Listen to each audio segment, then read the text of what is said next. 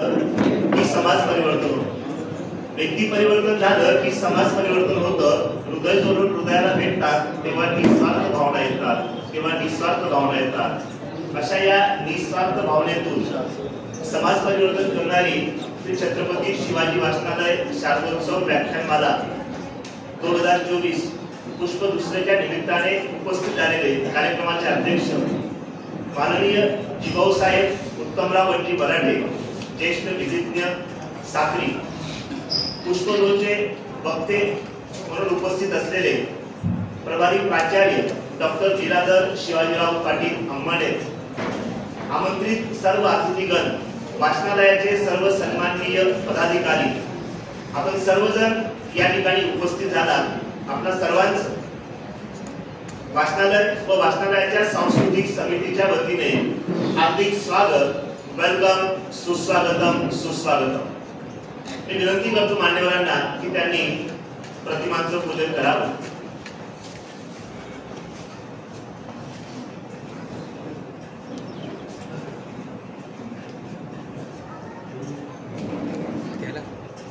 इकडच्या साईडला फोटो काढायला जमत झाकलं होतं. हे ठेवली होती इकडे. हां, थोडा हे इकडे एकदा लागलं तेच असतात. तुम्ही अगोदर इकडे निश्चयाचा महामेरू छत्रपती शिवराय आणि वाणीची देवता वाघदेवता मा शारदा यांच्या प्रतिमांचं पूजन मान्यवर करतायत. संस्कृती आहे आपली प्रकाशाची, संस्कृती आहे आपली प्रकाशाची, शीतलता आहे त्या चंद्राची. प्रतिमा पूजनाने सुरुवात करूया व्याख्यानाची. प्रतिमा पूजनाने सुरुवात करूया आपण व्याख्यानाची. प्रतिमा पूजन करतायत आजच्या पुष्पगृहचे अध्यक्ष ॲडव्होकेट उत्तमराव वंजी बराटे, प्रमुख वक्ते प्राचार्य डॉक्टर लीलाधर पाटील, वाचनालयाचे उपाध्यक्ष तथा सांस्कृतिक समिती प्रमुख बाबासाहेब एल जी सोनवणे, ज्येष्ठ संचालक आदरणीय शहा सर, कार्यवाह आदरणीय खैरनार भाऊसाहेब, विजय भोसले सर. मान्यवरांना विनंती करतो कृपया त्यांनी स्थानापन्न व्हावं.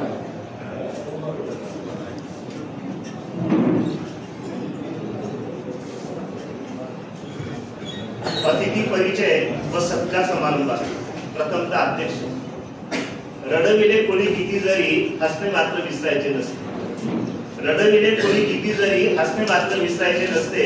अनुभवाच्या शिदोरीने जीवन जगायचे असते. अनुभवाच्या शिदोरीने जीवन जगायचे असते. असे अनुभवाच्या शिदोरीतून जीवन जगणारे आजच्या कार्यक्रमाचे अध्यक्ष ॲडव्होकेट जिभाऊसाहेब उत्तमराव वंजी बराटे, ज्येष्ठ विधिज्ञ तथा छत्रपती शिवाजी वाचनालयाचे माजी पदाधिकारी यांचं स्वागत आणि सत्कार वाचनालयाचे संचालक श्री धनंजय सोनवणे सर यांनी करावा व आदरणीय जिभाऊंनी सत्काराचा स्वीकार करावा ही विनंती.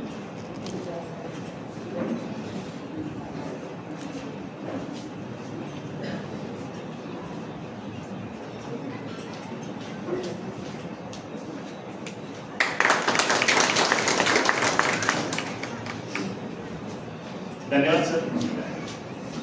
वक्ता परिचय व सत्कार समारंभात मित्र, महाराजांनी अस्पृश्यता बंद करून केला जातीभेद दूर. अस्पृश्यता बंद करून केला जातीभेद दूर. समूळ नष्ट करण्या जातीभेद. आंतरजातीय विवाहाचा कायदा केला मंजूर. आंतरजातीय विवाहाचा कायदा केला मंजूर. असे क्रांतिकारक पावलं टाकून स्वतःपासून बदलाची सुरुवात करणारे राजश्री शाहू महाराज. राजसत्तेचे प्रमुख असूनही शैक्षणिक, राजकीय, सामाजिक बदलासाठी आवर्जून आग्रही असणारे राजश्री शाहू महाराज. लोकसत्तेसाठी, लोकांच्या हितासाठीच महाराज प्रयत्न करीत राहिले आणि आज खऱ्या अर्थाने त्यांच्या या विचारांची गरज आहे हे जाणून घेऊन त्या अनुषंगाने आयोजित विषयावर विवेचन करण्यासाठी उपस्थित असलेले वक्ते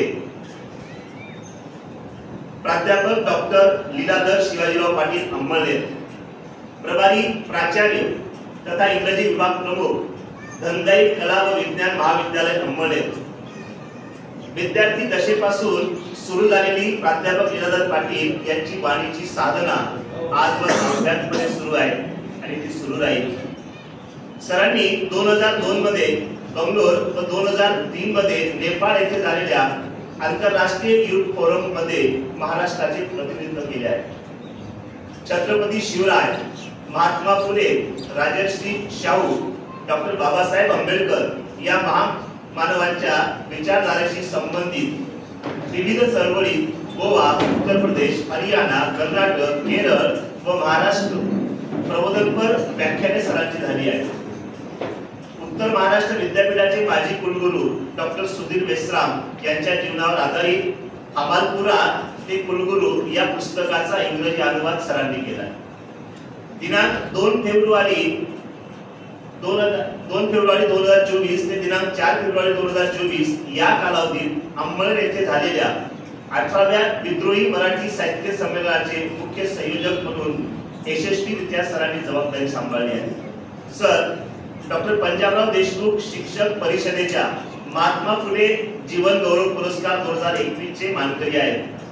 अशा या बहुआयामी वक्त्याचा वाचनालयाच्या सांस्कृतिक समितीच्या वतीने सत्कार वाचनालयाचे ज्येष्ठ संचालक प्राध्यापक दिनेश शाह सर यांनी करावा व पाटील सरांनी सत्काराचा स्वीकार करावा ही नम्र विनंती.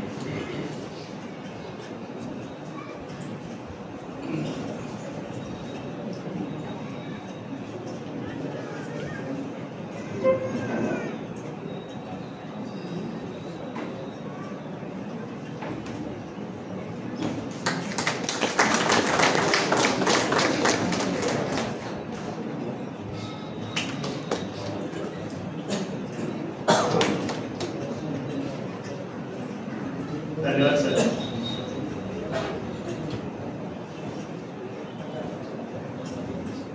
मित्र, पुष्प 2च्या निमित्ताने सर आपल्यामध्ये उपस्थित आहेत आणि सरांचा आजचा व्याख्यानाचा विषय आहे राजश्री शाहू, राजसत्ता लोकसत्तेसाठी. मी आमंत्रित करतो प्राचार्य लीलाधर पाटील सर यांना.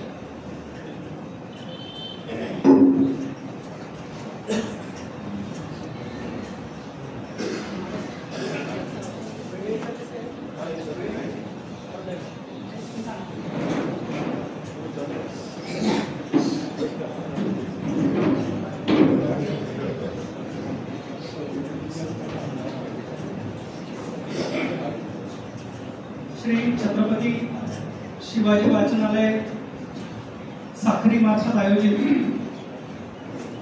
आणि खरं म्हणजे गेली 24 वर्ष सातत्याने एका तुलनेने म्हटल्या गेल्या नाही, म्हणजे जिल्ह्याच्या ठिकाणी सुद्धा तालुक्याच्या ठिकाणी इतक्या सातत्याने एखादी व्याख्यानमाला चालावी आणि त्या व्याख्यानमालेसाठी गावातील चोखंद रसिकांनी सुद्धा तेवढाच प्रतिसाद द्यावा ही अत्यंत अभिमानाची गोष्ट आहे. सांस्कृतिक इतिहासामध्ये ज्याची नोंद घेतली जावी अशा पद्धतीची गोष्ट आहे.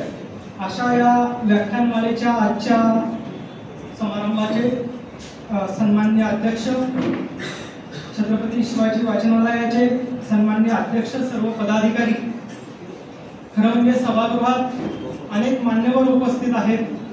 ते सर्व मान्यवर बंधू भगिनींनो, आज मला असं वाटतं की मी वाचनालयाच्या सभागृहात तिसऱ्यांदा बोलतोय. मी कोरोनापूर्व काळात एकदा वाचनालयात व्याख्यानमालेसाठी येऊन गेलो आणि एकदा मला वाटतं शिवजयंतीच्या वेळी आलो होतो. असं काहीतरी 2 वेळा मी बोलल्याचं मला आठवतं. त्याच्यानंतर एकदा आबासाहेबांचं आमचं बोलणं झालं पण तेव्हा थोडंसं शेड्यूल्ड मिसमॅच होतं. आता मी आवडीचे 5 विषय कळवले आणि राजर्षी शाहू, राजसत्ता ते लोकसत्ता या विषयावर मी आजचं विवेचन या ठिकाणी माझ्या पद्धतीने या ठिकाणी सादर करणार आहे. खरं म्हणजे मागच्या वेळी शिवाजी महाराजांवर बोलताना सुद्धा मी म्हटलो होतो, म्हणून मला आठवतं तेच वाक्य मी पुन्हा उच्चारत असल्याबद्दल स्वतःलाच मला त्याची जाणीव आहे. मी शिवाजी महाराजांवर बोलतानाही असं म्हटलं होतं की फार कमी वेळ असतो हा 1-1.5 तासाचा शिवाजी महाराजांवर बोलण्यासाठी. आणि खरं सांगायचं तर तीच भावना आजही माझ्या मनात आहे. कारण शाहू महाराज हे इतकं प्रचंड व्यक्तिमत्व आहे की अगदी 1-1.5 तासाच्या व्याख्यानात शाहू महाराजांना गुंफावं इतकं ते सोपं नाही. हे मी बोलायचं म्हणून बोलत नाही, म्हणजे कदाचित वक्ते बऱ्याचदा असं बोलायचं म्हणूनही बोलतात, परंतु फक्त तुमच्या माहितीसाठी सांगतो की अंमळनेरमध्ये जिथं आम्ही राहतो त्या ठिकाणी गेली 3 वर्ष आम्ही एक प्रोजेक्ट हाती घेतलाय. राजर्षी शाहू महाराजांच्या जयंतीच्या दिवशी एकाच वेळी एकाच दिवशी अंमळनेरमध्ये 100 व्याख्यान होतात आणि या 100 व्याख्यानांसाठीचे वक्ते आम्ही तयार करतो. म्हणजे आधी वक्ता प्रशिक्षण शिबिर घेतो, त्या वक्ता प्रशिक्षण शिबिराला येणाऱ्या लोकांना आम्ही 2-3 तास फीडिंग करतो की समजा तुम्हाला वाचायला वेळ नसेल तर आम्ही सांगतो. आणि ते शाहू महाराज आता असं झालंय, तहसील कार्यालयापासून कृषी विभागाच्या ऑफिस पर्यंत शाहू महाराज जयंती झाली की ते आम्हाला फोन करतात, सर वक्ते तयार आहेत का? आणि आमचे वक्ते नेहमी तयार असतात. आणि कदाचित थोडं जास्तीचं वाटेल, परंतु आम्ही मात्र या येणाऱ्या शाहू महाराज जयंतीला असं ठरवलंय की या उपक्रमाचं नाव आपण वर्ल्ड रेकॉर्ड साठी टाकूया. मला नाही वाटत एखाद्या तालुक्यामध्ये एकाच वेळी 100 व्याख्यानं एखाद्या महापुरुषावर होत असतील. आणि म्हणून मी म्हटलो की मी हे बोलायचं म्हणून बोलत नाही की शाहू महाराजांचं चरित्र अफाट आहे, ते खरोखरच अफाट आहे. दुसरी एक भावना, मी येताना आमचे मित्र साक्रीचे आमचे मित्र नेरकर सर सिनेट सदस्यही आहेत, त्यांना बोलून दाखवलं. म्हटलं माझी तर अशी इच्छा असते की आमदार, खासदार, नगरपालिकेचे सदस्य, ग्रामपंचायत सदस्य हे सगळे निवडले की यांना शासनाने अधिकृतरित्या एक दिवसभर शाहू महाराज समजावून सांगितले पाहिजे. म्हणजे राजसत्तेचा वापर लोकसत्तेसाठी कसा केला जातो हे जर का समजून घ्यायचं असेल तर शाहू महाराजांच्या चरित्रासारखं दुसरं काही साधन नाही. आणि म्हणून या विषयाच्या अनुषंगाने काही बोलता यावं म्हणून मी या ठिकाणी उभा आहे. खरं तर शाहू महाराजांविषयी जी लिमिटेड माहिती पाठ्यपुस्तकाच्या माध्यमातून मिळते त्याच्यातून असं होतं, शिवाजी महाराज लिमिटेड आहेत 2-4 घटनांपुरते, त्या पद्धतीने महात्मा फुलेंचंही आहे की पाण्याचा हौद खुला केला आणि मुलींसाठी शाळा काढली. तसं शाहू महाराजांचं नाव काढलं की आरक्षणाचे जनक होते, त्यांनी आरक्षण सुरू केलं.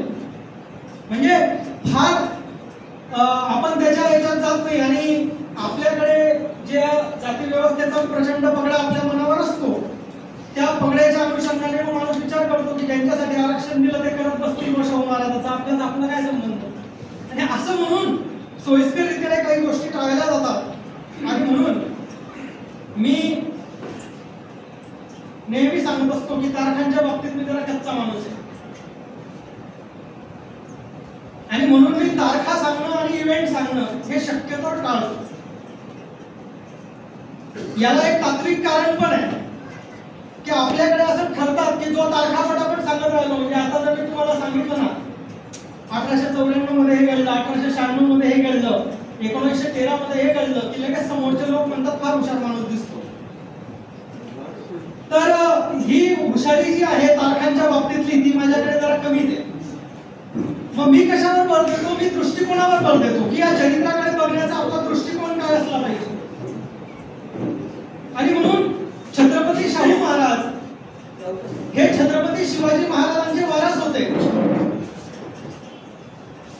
ते जैविक वारस म्हणजे ज्याला आपण म्हणतो डायरेक्ट याचा मुलगा, अशा पद्धतीने जरी नसले, ते एका दत्तक घराण्यातून आलेले असले तरी शिवाजी महाराज आणि छत्रपती संभाजी महाराज यांच्या नंतरच्या कालखंडामध्ये तात्विक, वैचारिक आणि कृतीच्या दृष्टिकोनातून छत्रपती शिवाजी महाराजांचा सर्वात जास्त वारसा कोणी सिद्ध केला असेल तर छत्रपती शाहू महाराज.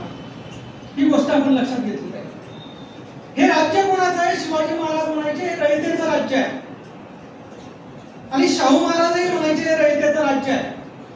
शिवाजी महाराज रयतेचं राज्य म्हणायचे कारण त्यांनी राजमुद्राच तयार केलेली होती की मुद्रा भद्राय राजते.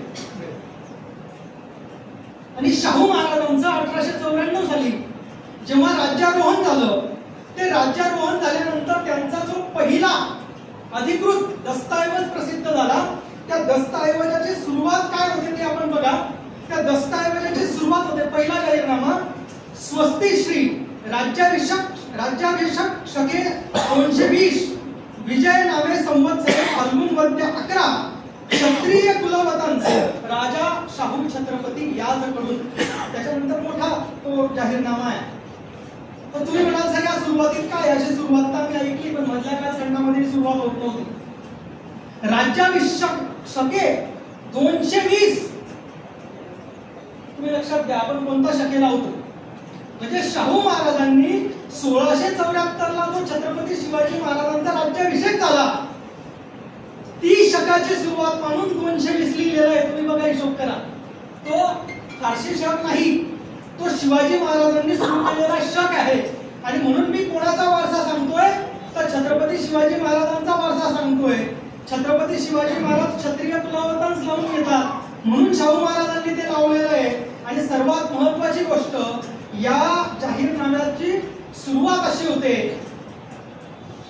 जी मी तुम्हाला सांगितली, आणि याचा शेवट असा होतो की हे राज्य आम्ही रयतेसाठी निर्माण केलेलं आहे आणि रयतेसाठी अर्पण केलेलं आहे. म्हणजे लोकांसाठी राज्य आहे याची जाणीव अगदी पहिल्या दिवसापासून शाहू महाराजांना होती. ही गोष्ट आपण प्रामुख्याने लक्षात घेतली पाहिजे. आता हे नुसतं लिहून होतं का, की पब्लिश करून दिलं झालं? नाही, लिहून नाही होत. छत्रपती शिवाजी शाहू महाराजांनी शिक्षण वगैरे बाहेर घेतलं. लक्षात घ्या, आपण राजकोटला त्यांचं शिक्षण झालं शाहू महाराजांचं. आणि फ्रेझर साहेब नावाचे त्यांचे गुरु होते.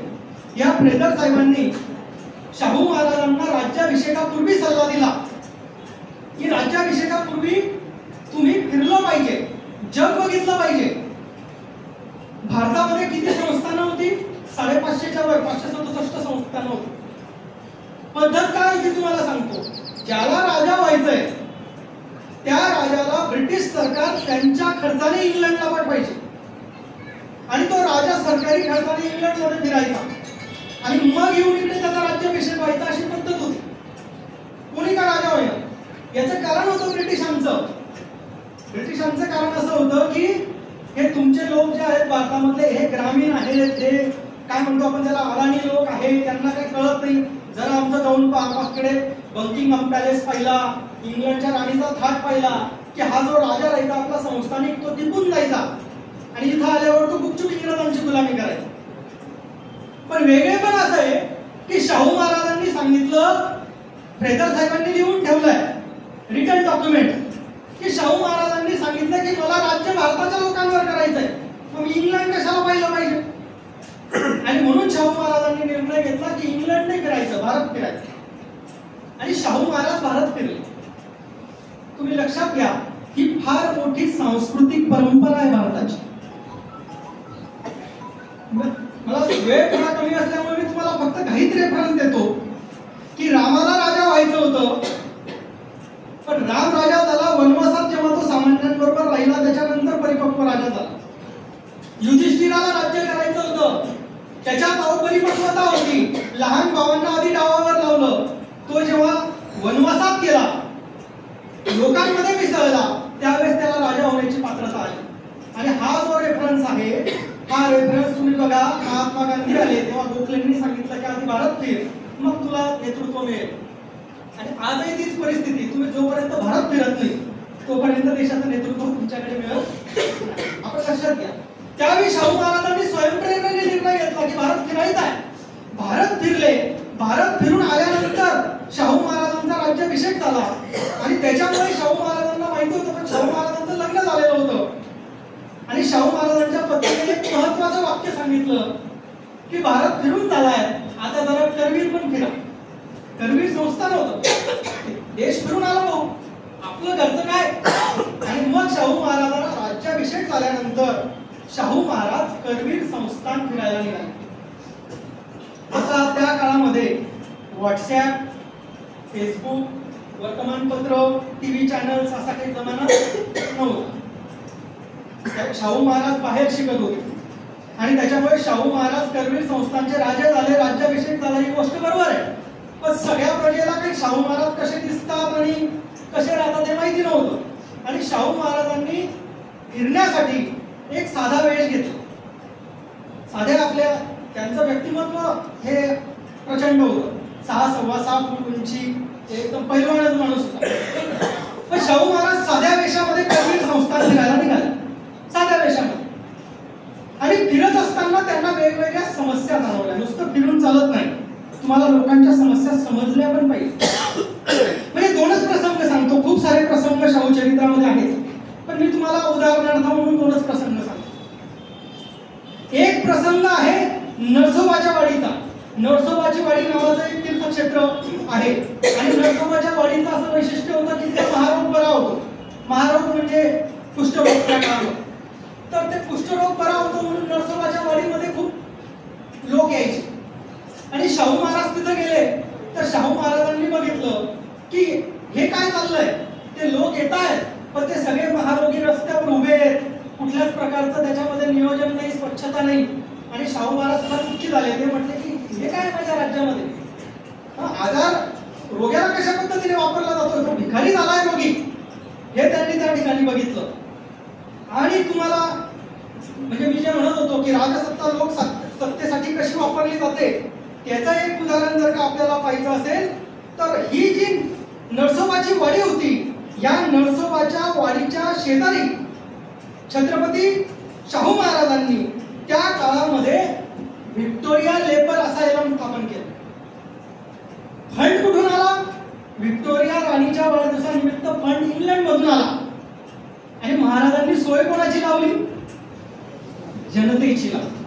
हेच राज्यकर्त्यांना कळलं पाहिजे की फंड कसा येतो आणि कसा वापरायचा, है ना. तर ही गोष्ट शाहू महाराजांनी अगदी पहिल्याच याच्यामध्ये केली. दुसरी गोष्ट, शाहू महाराज फिरत असताना शाहू महाराज गेले, शाळा चालू होती. आता त्या शाळेच्या ठिकाणी शाहू महाराज गेले, मुलं 2-4 मुलं जे होते ते उभे होते. महाराजांनी विचारलं का रे पोरांनो काय? म्हणे आम्ही शाळेत आहेत. शाळेत येत इकडे बाहेर काय करतात गेटकडे?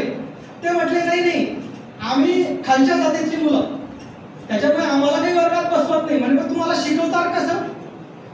तर ते म्हटले की नाही आम्ही बाहेर बसतो आणि सर वर्गात असतात आणि जर का काही चुकलं विकलं तर ते आम्हाला एखादी काठी फेकून मारतात. ती काठी जर आमच्या अंगाला लागली तर ती पण परत घेत नाही, कारण ती काठी वाटली म्हणून. मग आम्ही त्या काठ्या घेतो आणि मग तिथं खेळत बसतो म्हणे, काय जे असेल विट्टी दांडू वगैरे. पण ते म्हटले शाहू महाराज म्हणजे मास्तर कुठे तुमचं? नाही म्हणे आज ना पाटलाच्या शेतावर शेंगा काढण्याचा कार्यक्रम. आणि त्या कामानिमित्त मास्तर तिकडे गेलेले. मग शाहू महाराजांनी तिथं फिरले वगैरे. तेवढ्यात संध्याकाळी 4-4:30ला मास्तर आले. मास्तरांनी बघितलं की कोणीतरी एक माणूस येऊन इथं उभा आहे, चौकशा करतोय. ते मास्तर म्हटले काय नाही. पण ते म्हटले शाहू महाराज का मास्तर? म्हणे हे पोरं वर्गात आणि हे बाहेर, असं का? ते म्हटले तू कुठेतरी बाहेरून आलेला दिसतो ना, त्याच्यामुळे तुला माहिती नाही, तुला कळत नाही का म्हणे खालच्या जातीतले पोरं आहेत, हे चालत नाही म्हणे वर्गामध्ये. शाहू महाराज म्हटले असं. आता बोलता बोलता शाहू महाराजांनी एक पोरग उचलून कडेवर घेऊन टाकलं तेवढ्या वेळात. ते जे होतं बाहेर फाटकं पोरग. आणि शाहू महाराज त्याच्या कपाळावरचे केस बाजूला करायचे आणि त्याची कपाळाची पाटी पुसायची. मास्तर म्हटले अहो काय चाललंय, तुम्हाला गावलोक वाईट टाकतील, वाटून जाल तुम्ही. शाहू महाराज म्हटलं अरे काही नाही, याच्या कपाळावर जातीचा शिक्का आहे का ते चेक करतो ना. मास्तर म्हटले अरे लई शहाणा झाला म्हणे, शिकून समजून आला, 2 बुकं पडून आला म्हणून काय तुला गावरीत कळली नाही, तुला गावगाडा कळला नाही, काही उपयोग नाही म्हणे तुझ्या शिक्षणाचा. अरे असा काय कपाळावर शिक्का असतो का? शाहू महाराज म्हटले अरे त्याला जन्म देणाऱ्या परमेश्वराने जर कपाळावर शिक्का मारला नाही तर भेदभाव करणारा तू कोण? तू कोणत्या आधारावर भेदभाव करतोय? त्याला जर मध्ये बसवलं नाही उद्यापासून तर विचार कर. मास्तर म्हटलं बसवत नाही जा. तेवढ्यात 2 लोक पळत आले आणि त्यांनी मास्तरला सांगितलं की हे शाहू महाराज आहेत, आपले राजे आहेत. मास्तर झटकन झुकून उजरा करायला लागला आणि म्हटला की नाही. शाहू महाराज म्हटले अरे ही तर एका शाळेची अवस्था आहे, इतर शाळांचे काय? आणि म्हणून शाहू महाराजांनी या राज्याभिषेकानंतर निर्णय घेतला की आपल्या राज्यामध्ये शाळा उघडल्या पाहिजे. आणि म्हणून या शाळा शिकवण्यासाठी 1901 साली शाहू महाराजांनी बोर्डिंग सुरू केलं. आता कसं असतं, माणूस देवला बोलवत शिकतो. महाराजांना असं वाटलं बोर्डिंग सुरू केलं, आता मुलं येऊन त्या ठिकाणी शिकत असतील, चांगल्या पद्धतीने चाललं असेल असं महाराजांना वाटत होतं. पण झालं असं की तिथं वडगाव नावाचं गाव आहे आपल्या कोल्हापूर जवळ. त्या गावचा एक मुलगा पांडुरंग चिमणाजी पाटील नावाचा, तो मॅट्रिक पास झाला आणि महाराजांना कोणीतरी सांगितलं की चिमणाजी पाटलाचा पोरगा महाराज पुढे मॅट्रिक पास झाला. महाराजांनी त्याला बोलवलं, त्याचा सत्कार केला, त्याच्या घरी गेले, त्याला साखर वाटली त्यांच्या गावामध्ये आणि महाराजांनी त्या पांडुरंग चिमणाजी पाटलाला बसवून घेतलं. बघा लक्षात घ्या, दोन प्रसंग मी सांगणार आहे. बसवून घेतलं आणि त्याला विचारलं की सांग बेटा, शिक्षणामध्ये तुला अडचणी काय आल्या. लक्षात घ्या, एखाद्याचा सत्कार करायला जाणं, त्याला यश मिळालं म्हणून, तर आपले नुसते फोटोज नसतात लावायचे, तर त्याला त्या प्रवासामध्ये काय अडचणी आल्या जेणेकरून त्या मार्गावर चालणाऱ्या इतरांना त्या अडचणी आल्या नाही पाहिजेत, हे राज्यकर्त्याचं काम, हे महत्वाचं काम. आणि म्हणून शाहू महाराजांनी विचारलं काय अडचणी आल्या. त्या पांडुरंग चिमणाजी पाटील नाव तुम्ही कदाचित ऐकलं असेल, आपल्याला इंग्रजी नाव ऐकण्याची सवय आहे. PC पाटील होते ते कृषी विद्यापीठाचे जनक, ज्यांनी कृषी विद्यापीठाचे पहिले कुलगुरू ते होते मुंबईला. ते PC पाटील, पांडुरंग चिमणाजी पाटील, त्यांनी सांगितलं की महाराज मी बोर्डिंग मध्ये होतो, पण बोर्डिंग मध्ये फार हाल होतात. म्हणे कसं काय हाल होतात, एवढं चांगलं आपलं जेव्हा खायला. महाराज म्हटले असं नाही महाराज, तिथं आधी उच्चवर्णीय ब्राह्मणांची मुलं जेवायला बसतात, आम्हाला त्यांच्या पत्रावळी उचलाव्या लागतात आणि त्या पत्रावळी उचलून झाल्या की उरलेलं जेवण आम्ही करतो आणि आमच्या नंतर उरलं तर ते अस्पृश्यांच्या पोरांना दिलं जातं. महाराज म्हटले अरे माझ्याच बोर्डिंग मध्ये असं चाललंय. म्हणे हो महाराज. आणि म्हणून अनेक लोक बोलताना असं म्हणतात आपल्याला की शाहू महाराजांनी काय म्हटले जाती व्यवस्थेवर वार केला. त्यांनी तर जातवार बोर्डिंग सुरू केल्या, मराठा बोर्डिंग, जैन बोर्डिंग, तुम्ही बघितलं सर्व जातीच्या बोर्डिंग, लिंगायत बोर्डिंग, जे 16 बोर्डिंग सुरू केल्या त्या जातवार, प्रत्येक जातीसाठी वेगळी बोर्डिंग. म्हणजे बघा शाहू महाराज जात पाळत होते. आता शाहू महाराज जात पाळत नव्हते, त्यांना जात वास्तव कळत होतं, ही महत्वाची गोष्ट आहे. त्याच्यामुळे त्यांना कळलं की या जाती केव्हा मिळून पडतील, जेव्हा या बोर्डिंग मध्ये शिकून लोक त्यांच्या मनाच्या कक्षा रुंदावतील, त्यावेळी यांच्या जातीच्या भिंती मिळून पडतील. जोपर्यंत मनाच्या कक्षा रुंदावत नाही तोपर्यंत जाती व्यवस्थेवर केलेले उपाय हे सगळे वरवरचे असतील, हे शाहू महाराजांना कळलं होतं. म्हणून शाहू महाराजांनी जातवार बोर्डिंग सुरू केल्या. दुसरा एक वैशिष्ट्य सांगतो शाहू महाराजांचं, तुम्ही आजही जर कोल्हापूरमध्ये गेलात तर आपण आई अंबाबाईच्या दर्शनाला जातोच, त्याबरोबर शाहू महाराजांचा राजवाडाही पाहिला पाहिजे, त्याबरोबर शाहू महाराजांनी सुरू केलेल्या बोर्डिंग सुद्धा पाहिल्या पाहिजे. कारण 1901 साली सुरू केलेली बोर्डिंग 2024 साली सुद्धा सुरूच आहे, सुरूच आहे. आणि सगळ्यात महत्वाचं वैशिष्ट्य सांगतो, यापैकी एकही बोर्डिंग सरकारचा 1 रुपयाचा सुद्धा अनुदान आजही घेत नाही. मुलांकडनं पैसाही घेतला जात नाही. तुम्ही म्हणाल सर चालतं कसं? शाहू महाराजांनी त्या काळी प्रत्येक बोर्डिंगला लागणारा उत्पन्न ज्या जमिनीतून येईल अशी जमीन त्या त्या बोर्डिंगच्या नावे करून दिलेली आहे. त्या जमिनीतून जे उत्पन्न येतं ते उत्पन्नावरती बोर्डिंग चालते आणि त्याच्यामुळे ना ती सरकारी अनुदानावर अवलंबून आहे ना ती मुलांची फी वाढवते, पण मुलं आजही तिथं शिकतात. ही गोष्ट आपल्या लक्षात. ही जी दूरदृष्टी आहे की मी मेल्यानंतर पण 1000 वर्ष टिकलं पाहिजे, हे आजच्या काळामध्ये की मी आज उद्घाटन केलं तर तो पूल 15 दिवसात पडला तरी चालतो, महाराजांचा पुतळा पडला तरी चालतो, अशा पद्धतीचा जमाना असताना शाहू महाराजांनी 1901 साली सुरू केलेल्या बोर्डिंग आजही सुरू आहेत. हे राजसत्ता लोकसत्तेसाठी कसे वापरली जाते याचं जिवंत उदाहरण आहे असं मला वाटतं. या बोर्डिंगचे मी नुसते विद्यार्थी सांगायला घेतले ना तरी एक व्याख्यान या बोर्डिंग मधून शिकलेल्या विद्यार्थ्यांचं होईल. ज्या PC पाटलांचं नाव मी तुम्हाला सांगितलं, पांडुरंग चिमणाजी पाटील, या मुलाला शाहू महाराजांनी नंतर घेतलं, मुंबई विद्यापीठात टाकलं. मुंबई विद्यापीठातून त्याचं DSc पूर्ण झालं. आता जसं आपण BSc करतो तसं त्याचं DSc पूर्ण झालं तर त्याला MSc करायला शाहू महाराजांनी पूर्ण अनुदानावर अमेरिकेत पाठवलं त्या काळात 1904 साली. आणि अमेरिकेतून शिकून आल्यानंतर शाहू महाराजांनी सांगितलं की तू आता माझ्या शेतकऱ्यांसाठी काम केलं पाहिजे. आणि म्हणून ते PC पाटील हे भारताचे पहिले सगळ्यात मोठे इंडिजिनियस कृषी तज्ञ होते.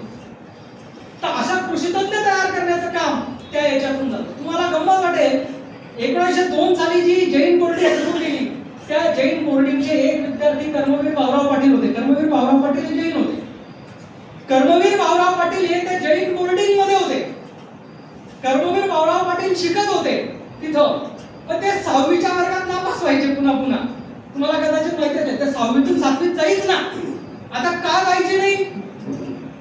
तर त्या काळामध्ये काही माहितीचा अधिकार आणि पालक येऊन शिक्षकांची लाभ देतील अशी काही परिस्थिती नव्हती, है ना. त्या काळामध्ये काय होतं, शिक्षकाने ठरवलं याला नापास करायचं तर नापास, कोणीच मालक नव्हता शिक्षकाचा. आणि त्याच्यामुळे ते शिक्षकांना हे वर्गात प्रश्न विचारायचे. प्रश्न विचारला की अडचणीत टाकणारे प्रश्न विचारायचे भाऊराव पाटील. मग अडचणीत टाकण्याचे प्रश्न विचारले की शिक्षक होता आपलं ना असतं, शिक्षकांना प्रश्न विचारलेला आवडत नाही, मी पण शिक्षक आहे ना. त्यांना वाटतं हा उद्धट मुलगा आहे, त्याची जिज्ञासा मारतात. मग ते त्याला प्रश्न विचारला, शिक्षक नापास, त्याला नापास नापास, तर 4 वेळा नापास झाला. मग ते बोर्डिंग मधून नाव कमी करण्याची वेळ आली. आपलं ठरलेलं असतं 3 वर्ष नापास झाला की बाबा बोर्डिंग खाली कर. ते शाहू महाराजांकडे गेले, त्यांची आई वगैरे कर्मवीर भाऊराव पाटलांची म्हणे, महाराज हे 6वीच्या वर्गातून 7वीच्या वर्गात जातच नाही म्हणे. मग महाराजांनी सरांना बोलवलं, म्हणे काय मला तर हुशार दिसतो, मग 6वीतून 7वीत का जात नाही? आता शिक्षक पण त्या काळी साधे नव्हते. शिक्षकांनी सांगितलं, महाराज एक वेळ हा ज्या बाकावर बसतो तो बाक मी 7वीच्या वर्गात नेऊन ठेवेल, पण याला 7वीत पाठवणार नाही. तुम्ही याला स्वाभिमान म्हणा तर काही म्हणा, पण शिक्षकाने असं उत्तर दिलं. भाऊराव पाटीलही जिद्दी माणूस होता.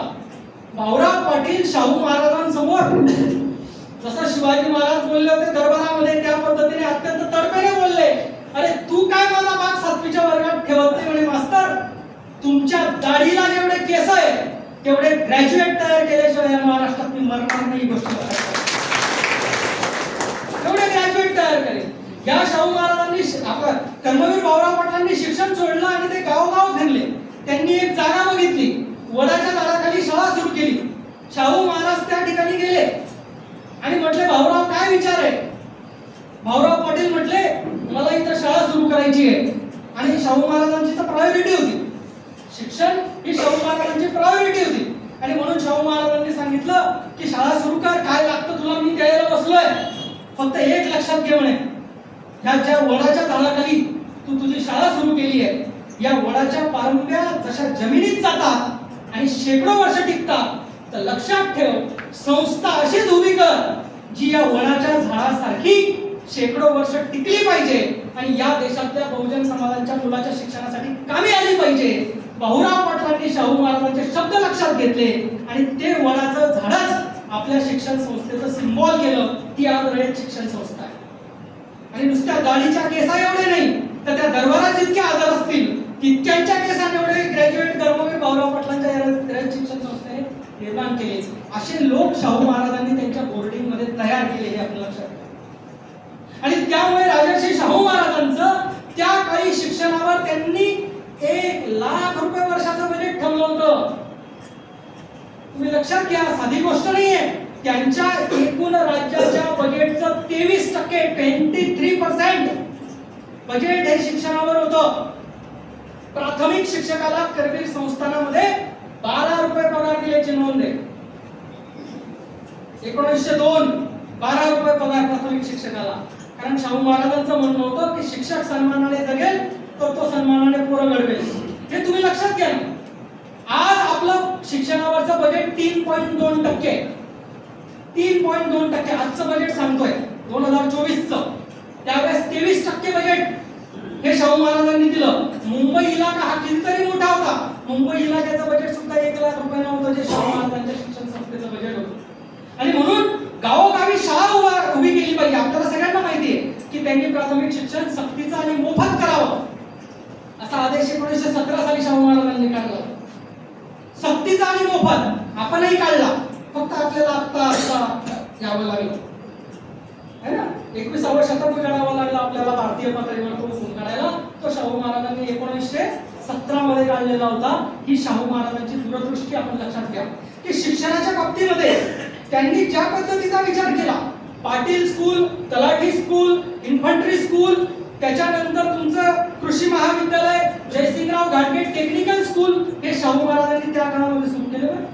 म्हणजे आजकाल आपल्याकडे अशा पद्धतीचे टेक्निकल स्कूल ग्रामीण भागामध्ये सुरू करण्याची फॅशन आहे, परंतु ती फॅशन शाहू महाराजांनी त्याच वेळी कशी सुरू केली होती ते आपण पाहू शकतो. दुसरी महत्वाची गोष्ट, शाहू महाराजांनी ही राजसत्ता घेतली.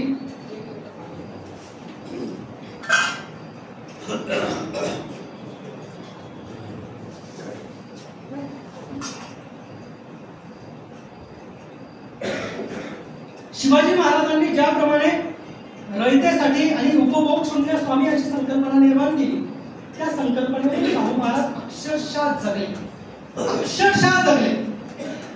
शाहू महाराजांनी त्यांचा जेव्हा राज्याभिषेक वगैरे झाला आणि सुरू केलं आपला राज्यकारभार, त्यावेळी तुम्ही कोल्हापूरच्या त्या वाड्यामध्ये तुम्ही गेला असाल कदाचित कोल्हापूरला, तर त्या वाड्यामध्ये आजही तो शाहू महाराजांचा तो जे आहे तो पडलेला आहे गाडा, त्याला त्यावेळेस खडखडा असं म्हटलं जायचं. तो गाडा पडलेला आहे म्हणजे काय, अशी मोठी बैलगाडी. तुम्ही इतर लोकांच्या संस्थानिक 567 संस्थानांमध्ये फिरा, त्यांच्या बग्ग्या आहेत, संस्थानिकांच्या काय बग्ग्या आहेत, आलेशान बग्ग्या. असा गाडा तुम्हाला फक्त कोल्हापूरलाच पाहायला मिळतो, दुसरीकडे भारतात कुठेच पाहायला मिळणार.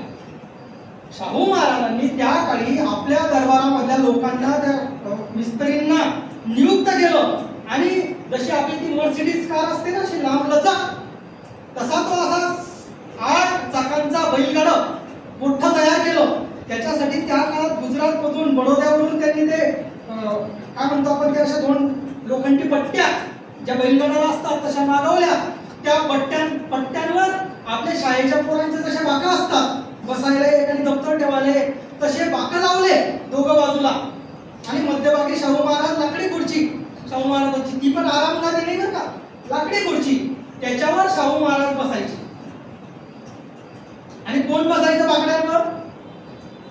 सगळं मंत्रिमंडळ. शाहू महाराजांचं मंत्रिमंडळ त्या बाकांवर बसायचं. 8 घोडे त्याला पुढे जुंपले जायचे आणि शाहू महाराज सांगायचे चला आज या रस्त्यात, म्हणजे राज्याचं जे आहे चला आज इकडे जाऊ. आणि तो खडखडा काय म्हटलं, लोकांनी त्याचं नाव ठेवलं खडखडा, कारण ते जे चाकं होते ते चालायचे, ते बाकं उधळायचे, त्याचा आवाज यायचा खडखड खडखड खडखड. त्याच्यामुळे लोक म्हणायचे महाराजांचा खडखडा आला. हे लोक इकडे बाकी म्हणायचे महाराजांची बग्गी आली, महाराजांची स्वारी आली, इथं महाराजांचा खडखडा.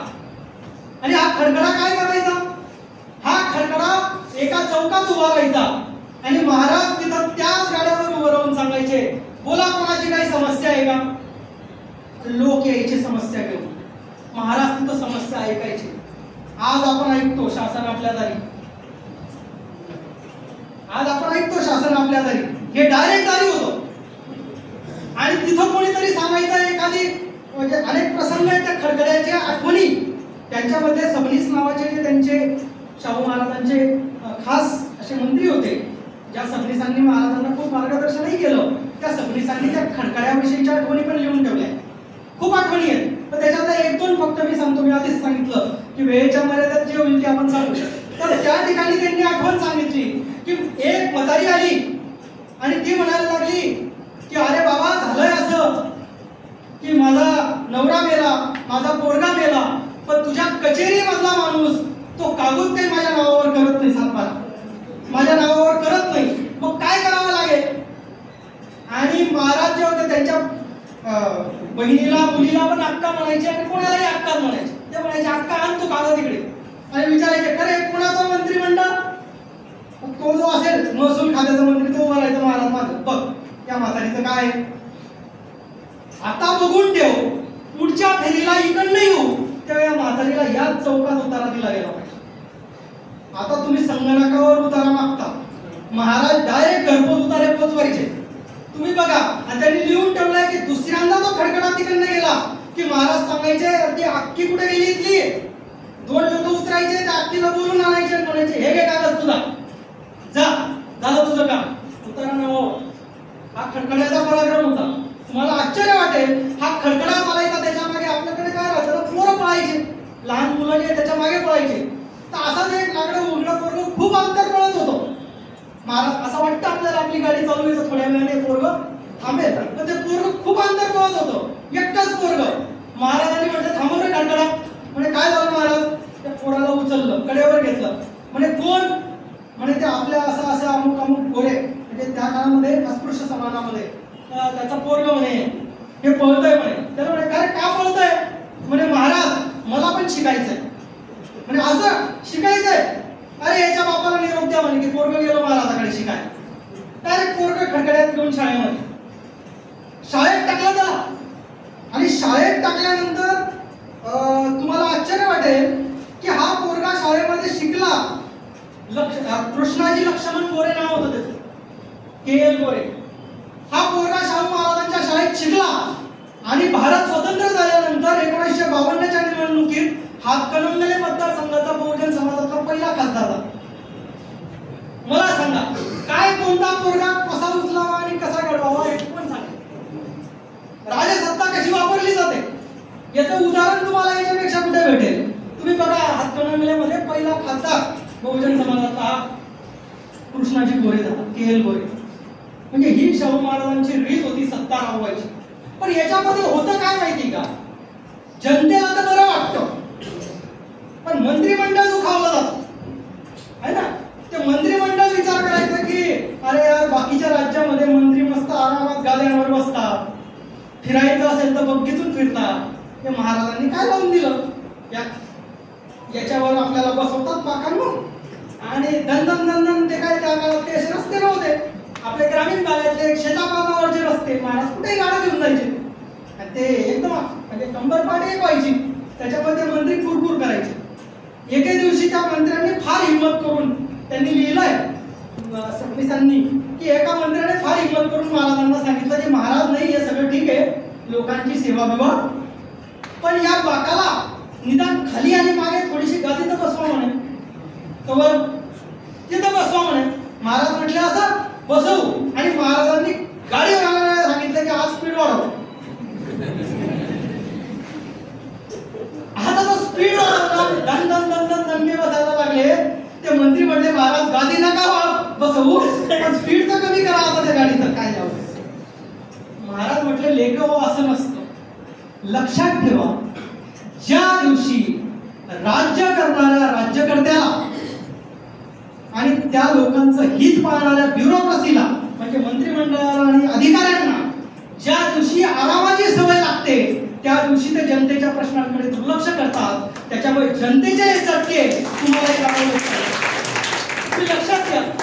म्हणजे हा नुसता टाइमपासचा भाग नाहीये, हा वर्ल्ड व्ह्यू आहे, हा दृष्टिकोन आहे लोकांकडे पाहण्याचा.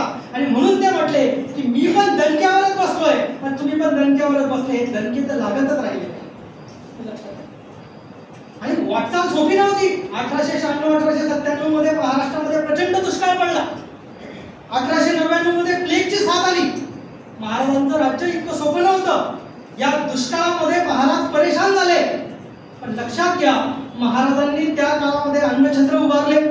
महाराजांनी त्या काळी 1897 मध्ये महाराजांनी रोजगार हमी योजना सुरू केली. 1897 मध्ये. आज आपण मनरेगा राबवतो. एकदा डॉक्युमेंट बघा.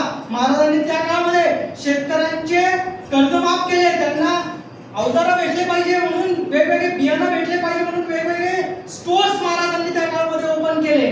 आणि महाराज म्हटले की दुष्काळ आता पडला आहे पण या दुष्काळावर उपाय मात्र आपल्याला कायमस्वरूपी केला पाहिजे. मला सांगा 1896-97च्या दुष्काळानंतर 2024 पर्यंत तुम्ही कोल्हापूरमध्ये दुष्काळाचा पुण्यामध्ये आपण म्हणतो की ते फार समृद्ध आहे, तिकडचे शेतकरी फार समृद्ध आहेत, त्यांचं फार चांगलं आहे. कसं काय चांगलं आहे? हे शाहू महाराजांचं जे नियोजन आहे ते नियोजन त्याच्यासाठी कारणीभूत आहे.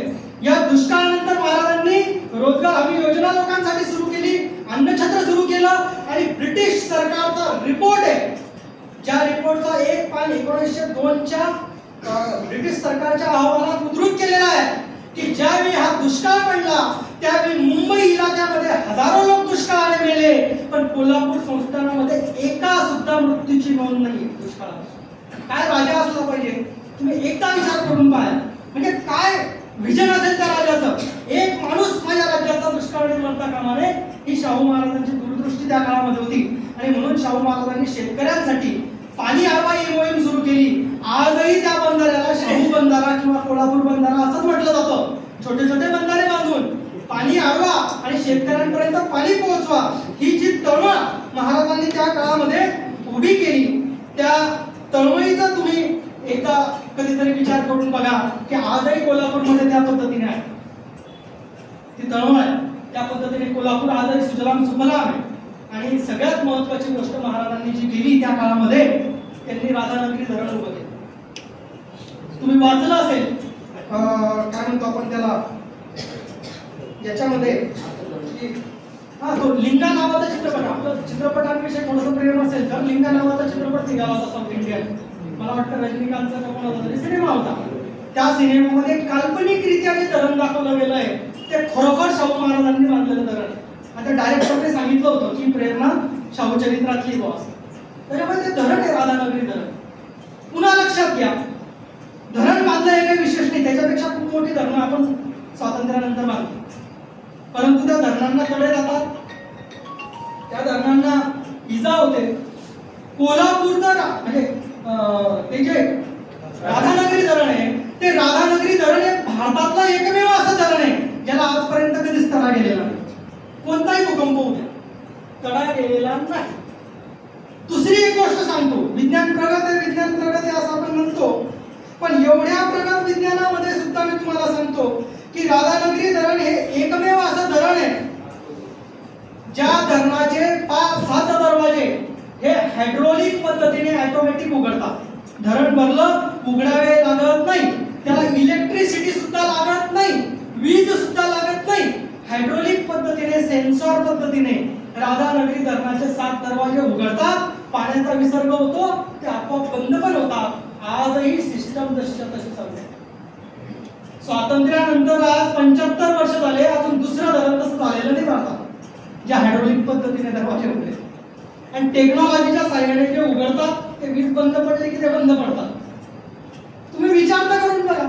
मग या राधानगरी धरणावर काय म्हणतात इंजिनियर्सने आता जे काही संशोधन केलं, त्यांनी असं सांगितलंय त्या काळामध्ये की या राधानगरी जे भोगवती नदीवर आहे ते धरण, त्या धरणामध्ये शाहू महाराजांनी 5 किलोमीटर पर्यंत अशा आकारामध्ये असा क्रॉस करून, ते जे आपण बघतो सरस्वती काढतो ना आपण काढतो असं, असा काढतो, तर अशा पद्धतीने छेद करून म्हणजे ड्रिल करून 5 किलोमीटर पर्यंत शाहू महाराजांनी 5 किलोमीटर पर्यंत त्या धरणाच्या भिंती बांधण्याच्या अगोदर त्यांनी अशा पद्धतीचे ड्रिल केले ते सरस्वती सारखे. आणि त्या ड्रिल मध्ये फक्त शिसं ओतलंय. आणि म्हणून शास्त्रज्ञांना शोध लागला, आता शोध लागला शास्त्रज्ञांना की त्या शिशामुळे कुठेही भूकंप झाला. अहो तिथं शेजारीच तिकडे तुमचं ते आपलं धरण आहे, त्याला कोयना धरण आहे, आणि तिकडे त्या दोघं धरणांना कितीतरी तडे गेलेले आहेत आतापर्यंत. आणि या धरणापर्यंत कसं, तर ज्या रिस्टरने भूकंपाची यंत्रणा शोधली, त्याला आपण रिस्टर स्केलमध्ये भूकंप मोजतो, त्या रिस्टरने सांगितलंय की भूकंप हा 172 अंशात पसरतो. 172 अंशाच्या वर 173 अंशात तो पोहोचू शकत नाही. शाहू महाराजांनी हे सगळं शिसं 172 ते 173 अंशामध्ये ओतलंय. त्याच्यामुळे कोणताही भूकंप आला तर त्या दरवाजापर्यंत ते शिसं सगळा शॉक ऍब्झॉर्ब करून घेतं आणि त्या धरणाला काही धोका उद्भवत नाही. हे शाहू महाराजांनी त्या काळामध्ये केलं. आता मला सांगा कोणत्या पद्धतीने आपण याचा विचार केला पाहिजे. हायड्रोलिक दरवाजे, तडा न पडणार आहे, आणि राधानगरीचा प्रोजेक्ट आता लोक 3रा टप्पा नंतर म्हणतात, पण त्या काळात शाहू महाराजांनी 2 टप्पे केले होते धरणाचे. ते जिवंत असतानाची गोष्ट करतोय. पहिला टप्पा 1914 पर्यंत पूर्ण होऊन गेला होता धरणाचा. आणि त्या काळामध्ये होतं काय की ब्रिटिशांकडनं परवानगी घ्यावी लागायची, कारण हे संस्थानिक होते सगळे. ब्रिटिशांकडनं बजेट मंजूर करून घ्यावा लागायचा. मग हे पहिल्या टप्प्याचं बांधकाम ते बांधकाम शाहू महाराजांनी करून टाकलं. आणि दुसऱ्या टप्प्याच्या बांधकामासाठी ब्रिटिशांनी नाही म्हणून दिलं, कारण ब्रिटिशांच्या लक्षात आलं की इथं आता उद्योग सुरू व्हायला लागले है ना. धरण बांधलं तर उद्योग सुरू व्हायला लागले, इथला भाग सुपीक व्हायला लागला. आणि जर काय सुपीक आणि सधन झाले तर हे आपल्या विरुद्ध बंड करतील. म्हणून ब्रिटिशांनी सांगितलं की आता दुसऱ्या टप्प्याला आम्ही काही परवानगी देत नाही, ब्रिटिशांकडनं तुम्हाला आता 1 रुपया सुद्धा भेटणार नाही. महाराज म्हटले ठीक आहे, काही हरकत नाही. आणि त्याच्यानंतर तुम्हाला सांगतो, महाराजांचं टॉन्सिलचं ऑपरेशन ठरलं. आता त्या काळामध्ये टॉन्सिलचं ऑपरेशन ही फार बेकार गोष्ट होती. कापूनच काढावे लागायचे, काही यंत्रणा नाही, काही हे नाही. मिरजेला हॉस्पिटल होतं, मिरजेला डॉक्टर होते. शाहू महाराज, मी तुम्हाला मध्येच करून सांगतो, शाहू महाराज हॉस्पिटलमध्ये गेले आणि शाहू महाराजांनी सांगितलं डॉक्टरांना की करा ऑपरेशन सुरू. डॉक्टर म्हटले बेशुद्ध करावं लागेल. बेशुद्ध करण्यासाठी इंजेक्शनची पद्धत नव्हती. बेशुद्ध कसं करायचे?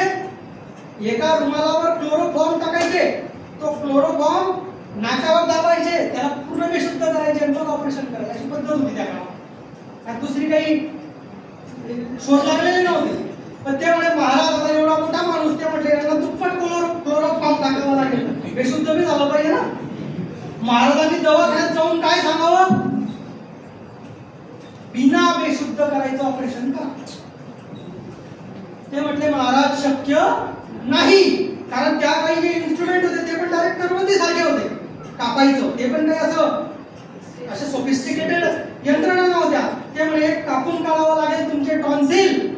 महाराज बेशुद्ध करून चालणार नाही. महाराजांचे जे बंधू होते, लहान बंधू बापूराव, ते बापूराव महाराजांबरोबर होते. ते बापूराव समजवत होते महाराजांना की असं चालणार नाही, बेशुद्ध करावंच लागेल. महाराज म्हटले मी बेशुद्ध होणार नाही. ते बापूराव त्यांना बाजूला घेऊन गेले, म्हणे महाराज प्रॉब्लेम काय? अरे ब्रिटिश डॉक्टरांवर माझा भरोसा नाही म्हणते. अरे जास्तीचं मोर आपल्याला कोणाला कळतं म्हणे. इथं माझ्या समाजाचं शिक्षणाचं काम आहे, माझे शेतकरी माझ्या वाटेकडे तोंड लावून बसले. अरे ते जगले पाहिजे. मी जर गेलो तर माझ्या प्रजेचं काही खरं नाही. त्याच्यामुळे मी तर ऑपरेशन बिना बेशुद्ध व्हायचं. मला सांगा राजा बघा कसा आहे. अक्षरशः त्या सबनीस म्हणतात की ज्यावेळी महाराजांचे ते टॉन्सिल करवतीने कापून काढले, 25 लोक महाराजांना नुसते दाबायला लागायचे. ते हातपाय झटकायचे, ते शेवटी त्रास तर होणारच. अक्षरशः महाराज गुरासारखे ओरडायचे. त्यांनी एक अख्खा रुमाल मला करून असा तो दातांमध्ये दाबून धरला आणि तसंच ऑपरेशन केलं. कोणासाठी? प्रजेसाठी. तसं ऑपरेशन झालं महाराजांचं. आणि ऑपरेशन झाल्यानंतर मग महाराजांनी पत्र लिहिलं ब्रिटिशांना की माझं ऑपरेशन झालंय. आणि त्या काळामध्ये एक योजना होती, स्कीम, जसं आजही स्कीम असते. मंत्री पुढारी यांना विदेश दौरा करायला भेटतो, अभ्यास दौरा म्हणतात त्याला. तर तशी त्या काळात एक स्कीम होती की ज्या कोणत्या संस्थानिकाचं असं ऑपरेशन झालं, त्या संस्थानिकाला ब्रिटिश सरकार त्यांच्या सरकारी खर्चाने, म्हणजे काही टक्के खर्च टाकून त्यांना इंग्लंडला पाठवायचा आरामासाठी. थंड हवेच्या ठिकाणी आपण जातो, आराम केला. पण टॉन्सिलचं ऑपरेशन केलं की डॉक्टर आपल्यालाही सांगतात आईस्क्रीम खा, कारण ते थंडीमध्ये ते असं आकुंचन पावतं. ते शास्त्रशुद्ध कारण असतं. त्याच्यामुळे महाराजांनी सांगितलं मला टॉन्सिलचं ऑपरेशन झालंय, मला तर इंग्लंडला जावंच लागतंय.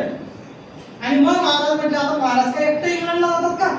महाराजांसमोर सगळा लवा जमा, म्हणजे नातेवाईकांची लिस्ट करा, कोणाकोणाला इंग्लंडला यायचं. आता आपल्याकडे नातेवाईक इंग्लंडला हे नातेवाईक वाढून जातात मग ते सगळे. मग ते अशी नातेवाईकांची 5-50 नातेवाईकांची लिस्ट महाराजांनी तयार केली, ब्रिटिशांकडे पाठवली की माझे इतके नातेवाईक, मग माझा खान समा, मग माझं हे अमुक अमुक अमुक, हे सगळं बजेट मंजूर करून घेतला ब्रिटिशांकडनं. म्हटले ते पैसे 17 दिवस लागायचे इंग्लंडला जायला. 17 दिवस खोटी नाही, 17 दिवस जायचे, 17 दिवस यायचे, 17 दिवस तिथे राहायचे, असा अंदाज आपण करू. अशा पद्धतीने सगळ्या दिवसांचा रोजचा सगळा हिशोब महाराजांनी मंजूर करून घेतला. ते सगळे पैसे महाराजांनी मागवून घेतले आणि दरबारात आपल्या मंत्र्यांना सांगितलं आता 1 महिन्यानंतर ब्रिटिशांना पत्र पाठवू की महाराज इंग्लंडला जाऊन आले. म्हणजे महाराज हे पैसे आपल्या राधानगरी धरण्याच्या दुसऱ्या टप्प्याचं काम करू. मला सांगा तुम्ही 1918 मध्ये राधानगरी धरण्याचा दुसरा टप्पा महाराजांनी स्वतः एवढा त्रास सहन करून जनतेसाठी त्या राधानगरी धरणाचा दुसरा टप्पा पूर्ण केला. म्हणून मी म्हटलो की राजसत्ता लोकसत्तेसाठी कशी वापरतात ते बघा. आजकाल काय होईल त्याचं मी आजचं विश्लेषण तर करतच नाही. असा दौरा करायला भेटला तर सांगायचं तात्पर्य असं की हे झालं राजसत्ता हे महाराजांचं काम होतं. महाराज त्या धरणावर स्वतः थांबायचे, ते करून घ्यायचे. महाराजांनी त्या ठिकाणी जे गुळ उद्योगाला प्रोत्साहन दिले, आजही कोल्हापूरचाच गुळ प्रसिद्ध आहे. आजही कोल्हापूरचाच गुळ प्रसिद्ध आहे. तुम्ही बघा, या महाराजांना आपण म्हणतो की 1902 साली आरक्षण दिलं, म्हणून मी म्हटलो की एवढीच घटना नाही ना. 1902 साली आरक्षण दिलं, हे आरक्षण जेव्हा महाराजांनी दिलं तेव्हा महाराज इंग्लंडमध्ये होते, माहिती तुम्हाला. तरी आपण असे लोक आहेत ते आतापर्यंत 26 जुलैला शाहू जयंती साजरी करत होते ना. तुम्हाला माहिती आहे, जे शिक्षक वगैरे असतील 26 जुलैला होत होती. आता काही वर्षापासून GR निघाला की 26 जूनला आहे. मला कळत नाही, शिवाजी महाराजांची जन्मतारीख चुकते, शाहू महाराजांची चुकते, असं कसं होतं. डॉक्युमेंटरी पुरावे असताना चुकते विशेष म्हणजे. कारण 1902 साली Shahu Maharaj prince of Wales जो होता तो इंग्लंडचा राजकुमार, तो राजा होणार होता. आणि मग हे सगळे संस्थानिक ते जावं लागायचं त्याचं अभिनंदन करायला. इंग्लंडची घटना, इंग्लंडमध्ये त्या प्रिन्स ऑफ वेल्स समोर हे जायचे आणि मग त्यांना नजराणे घेऊन जावे लागायचे. गिफ्ट आपण म्हणू आजच्या भाषेमध्ये, गिफ्ट घेऊन महाराज गेले. प्रत्येक संस्थानिक त्या ठिकाणी प्रिन्स ऑफ वेल्स समोर जायचा, मुजरा करायचा. नंतर तो संस्थानिक त्या ताटाला हात लावायचा गिफ्टच्या. ते ताट प्रिन्स ऑफ वेल्स कडे जायचं अशा अंतरावर. प्रिन्स ऑफ वेल्स त्याला हात लावायचा, ऍक्सेप्टेड, आणि ते ताट जमा व्हायचं. असं चाललं होतं. शाहू महाराज उठले, गेले, डायरेक्ट प्रिन्स ऑफ वेल्सला शेक हँड, म्हटलं कॉंग्रॅच्युलेशन. एकदम वातावरण तंग. बकिंगहॅम पॅलेस मध्ये वातावरण तंग. लगेच गार्ड आले, शाहू महाराजांना अटक. मग माहिती ना प्रोटोकॉल, तुम्ही राष्ट्रपती प्राईम मिनिस्टर यांना असं डायरेक्ट जाऊन शेक हँड नाही करू शकत. लगेच गार्ड अटक शाहू महाराजांना. काय हेतू होता बा यांचा, अटॅक करण्याचा हेतू होता का काय हेतू होता, इंग्लंडच्या राजाला मारण्याचा प्लॅन होता, काय होतं, सगळं त्यांच्यावर कारवाई. शाहू महाराजांना नजर कैदेत ठेवलं इंग्लंडमध्ये, आणि शाहू महाराज तिथं नजर कैदेत होते त्या खाली. आणि ते म्हटले झालं काय, ते म्हटले शेक हँड का केला, असा मुद्रा करायचा असतो. शाहू महाराज तिथे म्हटले मी छत्रपती शिवाजी महाराजांचा वारसदार आहे, कोणासमोर झुकत नसतो, घ्यायचा असेल तर शेक हँडच घ्यावा लागेल. आणि म्हणून शाहू महाराजांच्या उत्तरावर अजून तिथं कोराम वाचला की काय चाललंय याच्या मनात, काही बंडबिंड आहे का काय. आणि असं म्हणून त्यांची चौकशी झाली. आणि चौकशी केल्यानंतर मी जे तुम्हाला याच्या अगोदरच्या 2 डॉक्युमेंटचे उल्लेख केले ते 1902 चे डॉक्युमेंट होते. चौकशी केल्यानंतर म्हणजे इंग्रजांचं एक चांगली गोष्ट होती, वाईट गोष्टी पण होत्या खूप, पण एक चांगली गोष्ट होती की चौकशी ते निपक्षपातीपणाने करायची. ठरवून कारवाई नाही व्हायची. ईडीची ठरलेलं होतं की प्रामाणिकपणाने सापडलं तरच कारवाई होईल. आणि म्हणून शाहू महाराजांची इंग्लंडमध्ये चौकशी झाली आणि चौकशी समितीने अहवाल दिला की याच्यासारखा चांगला संस्थानिक अख्ख्या भारतात कोणी नाही, तर त्यांना पदवी दिली. इंग्रजांनी सत्कार केला त्यांचा, लाईव्ह पदवी दिली.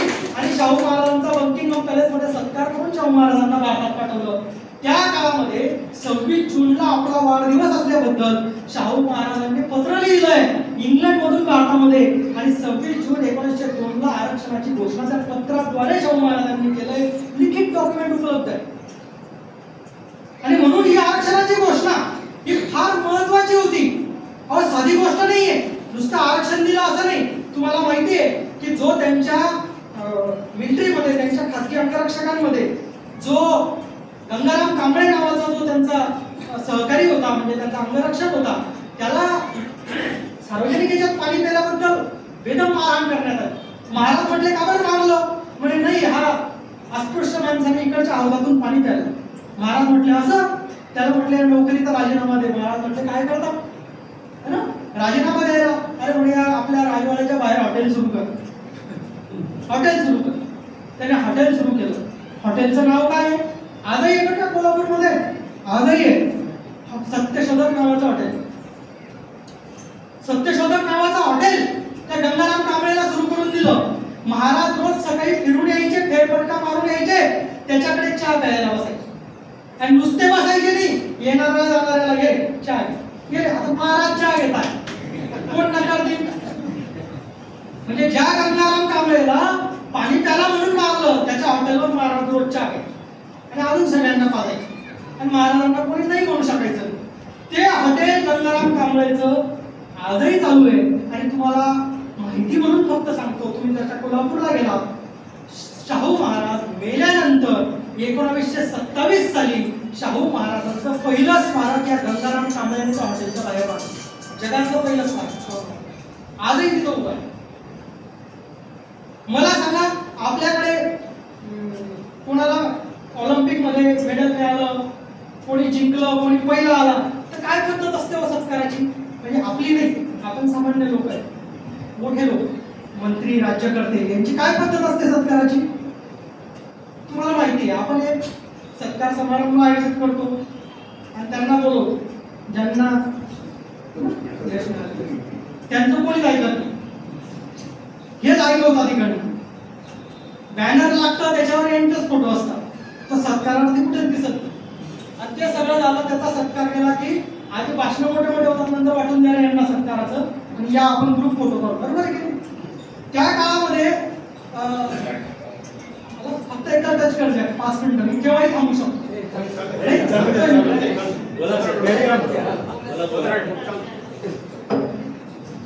तर त्या काळी हे शाहू महाराजांनी, तुम्हाला आधी एक उदाहरण दिलं पीसी पाटलांचं, तसं एकदा सबनीस पेपर वाचत होते. 1919 सालची गोष्ट सांगतो मी तुम्हाला. मी आधीच म्हटलो क्रमाने सांगणार नाही, तारखा सांगणार नाही. तर 1919 सालची गोष्ट आहे. सबनीस पेपर वाचत होते आणि पेपर वाचताना एक लेख, म्हणजे ते वाचून दाखवायचे महाराजांना संपूर्ण पेपर. महाराजांना वाचता येत होतं, इंग्रजी येत होतं बरं का, पण ते राजे होते शेवटी, ते वाचून दाखवायचे महत्वाच्या बातम्या, महत्वाचे लेख. महाराज वाचता वाचता म्हटले थांबा सबनीस, हा लेख फारच भारी दिसतो. हा लेख ज्याने लिहिला मला त्याला भेटायचा. कोण आहे म्हणजे शोधा शोधा शोधा. तिथं एक आता दत्ताजी नावाचा एक माणूस काम करत होता शाहू महाराज. काही डॉक्युमेंट मध्ये त्याचं नाव दत्ताजी पवार आहे, काही डॉक्युमेंट मध्ये त्याचं नाव दत्ताजी दामले असेल, नाही तर पवार असेल, आपण दत्ताजी घेऊ. तर दत्ताजी नावाचा तो माणूस म्हणे मला माहितीये कोण आहे. म्हणजे कोण आहे म्हणजे एक पोरगा आहे भीमराव आंबेडकर नावाचं, शिकून आलाय आणि BA ला मुंबई इलाक्यात पहिलं आलाय. महाराज म्हटले अस्पृश्याचं पोरगा? म्हणजे हो. मुंबई इलाक्यात पहिलं आलाय? म्हणजे हो. सबनीस गाडी काढा, भेटायला जायचं. कोल्हापूर मधून गाडी मुंबईमध्ये त्या काळामध्ये. तो दत्ताजी वगैरे त्याला घेतलं. म्हणजे कुठे राहतो? म्हणजे राहतो परवळला एका चाळीमध्ये. मला सांगा, कोल्हापूरवरून त्या काळी गाडी काढून जाणं म्हणजे आजच्या काळामध्ये चार्टर्ड प्लेन घेऊन जाण्यासारखं. साधं सोपं होतं. महाराजांना कळलं नाही, त्याला निरोप पाठवायचा, येऊन जाऊ तुझा राजवाड्यावर सत्कार ठेवलाय. काय राहिला असेल तो म्हटला नाही, इतक्या विद्वान माणसाचा सत्कार करायला मी गेला पाहिजे, तो माझ्याकडे येता का? महाराज गेले परळला चाळीमध्ये. आता चाळ म्हणजे महाराजांनी बघितलं की अरे बापरे, ते चाळ म्हणजे ते भयंकर होतं, 5-7 बिल्डिंगा चाळी. त्या दत्ताजीला म्हणे मी तो कुठे राहतो? तर दत्ताजी म्हणजे माहिती, फक्त परळला चाळीत राहतो एवढंच माहितीये. महाराजांनी मोटार उभी केली, खाली उतरले, जोर जोरात आवाज उठारून आता ते डोक्यावर पगडी फिकडी राजा दिसतोय, सगळे लोक गोळा झाले. म्हणजे महाराज इथं 4 भीमराव, तुम्हाला कोणता भीमराव पाहिजे? तेवढं तर दत्ताजी म्हणे तो पहिला आला मुंबईला तो. अच्छा, तुम्हाला तो हुशार भीमराव पाहिजे का? म्हणजे तो त्या 3ऱ्या चाळीच्या वरच्या टोकाला शेवटच्या घरात राहतो. बोलवून आणू का? म्हणते मी जातो. महाराज त्या चाळीमध्ये डायरेक्ट भीमरावांच्या दारात. त्यावेळेस ते बाबासाहेब आंबेडकर झालेले नव्हते, विद्यार्थी दशा नुकतीच संपलेली होती, कामं करत होते. बडोदा संस्थांमधून ते सोडून आलेले होते आणि मुंबईमध्ये वेगवेगळी कामं करत होते. आता तो जो दरवाजा आहे ना, त्या दरवाजाच्या वर शाहू महाराज दिसायचे नाही. त्यांनी हाक मारली बाहेर, भीमराव. आता ते बाबासाहेब बसले होते पुस्तक वाचत. ते म्हटले कोण आलं? म्हणे छत्रपती शाहू. बाबासाहेबांना एकदम गडबडून गेले. बापरे, डायरेक्ट कोल्हापूरचे शाहू. माहितीच नाही ना, निरोप नाही, काही नाही. डायरेक्ट घरात बसायला जागा नाही, सगळी पुस्तकं मांडलेली होती. शाहू महाराज वॉकून मध्ये घुसून आले. म्हणजे यावं का आतमध्ये? अरे बापरे, महाराज या. काहीतरी त्यांनी काढलं, काहीतरी बसायला दिलं महाराजांना. म्हणजे महाराज बसा. घरामध्ये रमाबाईला काहीच कळायचं नाही काय करावं. राजा घरी आला, आपल्या घरामध्ये काही असलं तर पाहिजे काही करायला. काय म्हणावं शाहू महाराजांनी? शाहू महाराज म्हटले अरे भाऊ बहिणीच्या घरी आलाय, ताई चहा ठेवशील का नाही? लक्षात घ्या, कारण त्या काळामध्ये रमाबाई जरी असल्या तरी त्यांना माहिती होतं की स्पृश्य समाजाचा माणूस घरी आला की तो आपल्या घरी पाणी पण घेत नाही.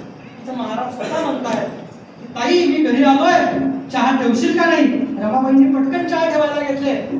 शाहू महाराजांनी चर्चा केली, त्यांच्या लक्षात आलं ब्रिलियंट माणूस आहे. शाहू महाराजांनी काय करावं म्हटलं, बस गाडीत बसले, कोल्हापूरला गेले. गाडीत बसले. बाबासाहेब पहिल्यांदा अशा पद्धतीचे रॉयल ट्रीटमेंट अनुभवले. कोल्हापूरला घेऊन आले. कोल्हापूरला हत्तीवर अंबारी बसवली. अंबारीवर त्या महाराजांनी बाबासाहेबांना त्यांच्या शेजारी बसवलं आणि अख्ख्या कोल्हापुरात साखर वाटली. म्हटले अस्पृश्याचा महाराजा पोरगा पहिला. अख्ख्या कोल्हापुरात साखर वाटली. त्याच्यानंतर ती मिरवणूक आली राजवाड्याजवळ. महाराजांनी उतरवलं. महाराज बाबासाहेबांबरोबर जेवायला बसले त्या काळामध्ये. आणि जेवण झाल्यानंतर नौकर आला. त्याने शाहू महाराजांची पत्रावळ उचलली, पण भीमरावची पत्रावळ उचलली नाही. अस्पृश्य माणसाची पत्रावळ कोण उचले? महाराजांनी हात धुतला आणि महाराजांनी बाबासाहेबांची पत्रावळ घेतली आणि स्वतः घेतली. काय म्हटले महाराज? बाबासाहेबांनी लिहून ठेवलाय, मृत्यूनंतर लेख लिहिलाय बाबासाहेबांनी. काय म्हटले महाराज? अरे भीमराव, अजून या लोकांना ही जात कळलेली नाही. यांना या गळतीतून तूच बाहेर काढशील.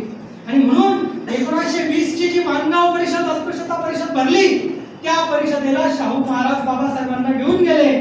आणि अस्पृश्य भाषण छापलेलं आहे, पूर्ण भाषण वाचा तुम्ही नक्की. आणि त्या भाषणामध्ये शाहू महाराज म्हटले की कावळ्यांचा नेता जसा कावळा असतो तसा अस्पृश्यांचा नेता अस्पृश्य असला पाहिजे. तुम्ही आजपर्यंत मला नेता म्हणत आला, पण तुमचा नेता मी नाही, तुमचा नेता हा भीमराव आंबेडकर होता. तेव्हा भीमराव कोणीच नव्हता. त्यावेळी शाहू महाराजांनी बाबासाहेबांना डिक्लेअर केलं. आणि त्या भाषणातलं एक महत्वाचं वाक्य आहे, म्हणून मी ते कोट करून तुम्हाला सांगतो. त्या परिषदेमध्ये महाराज म्हणतात की या हिंदुस्थानात एक अशी वेळ येईल की भीमराव केवळ अस्पृश्यांचा नाही तर अख्ख्या हिंदुस्थानचा पुढारी होईल. हे तुम्ही लिहून ठेवा. हे शाहू महाराजांनी त्या काळी लिहून ठेवलं आपल्या भाषणात सांगितलं. आणि नुसतं शाहू महाराज तेवढ्यावर थांबले नाही, त्यांनी बाबासाहेब आंबेडकरांना मूकनायक वृत्तपत्र सुरू करण्यासाठी त्या काळी 2,500 रुपये अनुदान दिले. 2 रुपये तोळा सोनं होतं तेव्हा 2,500 रुपये अनुदान दिलं. आणि सांगितलं की तू चांगलं लिहितो, तू छापलं पाहिजे.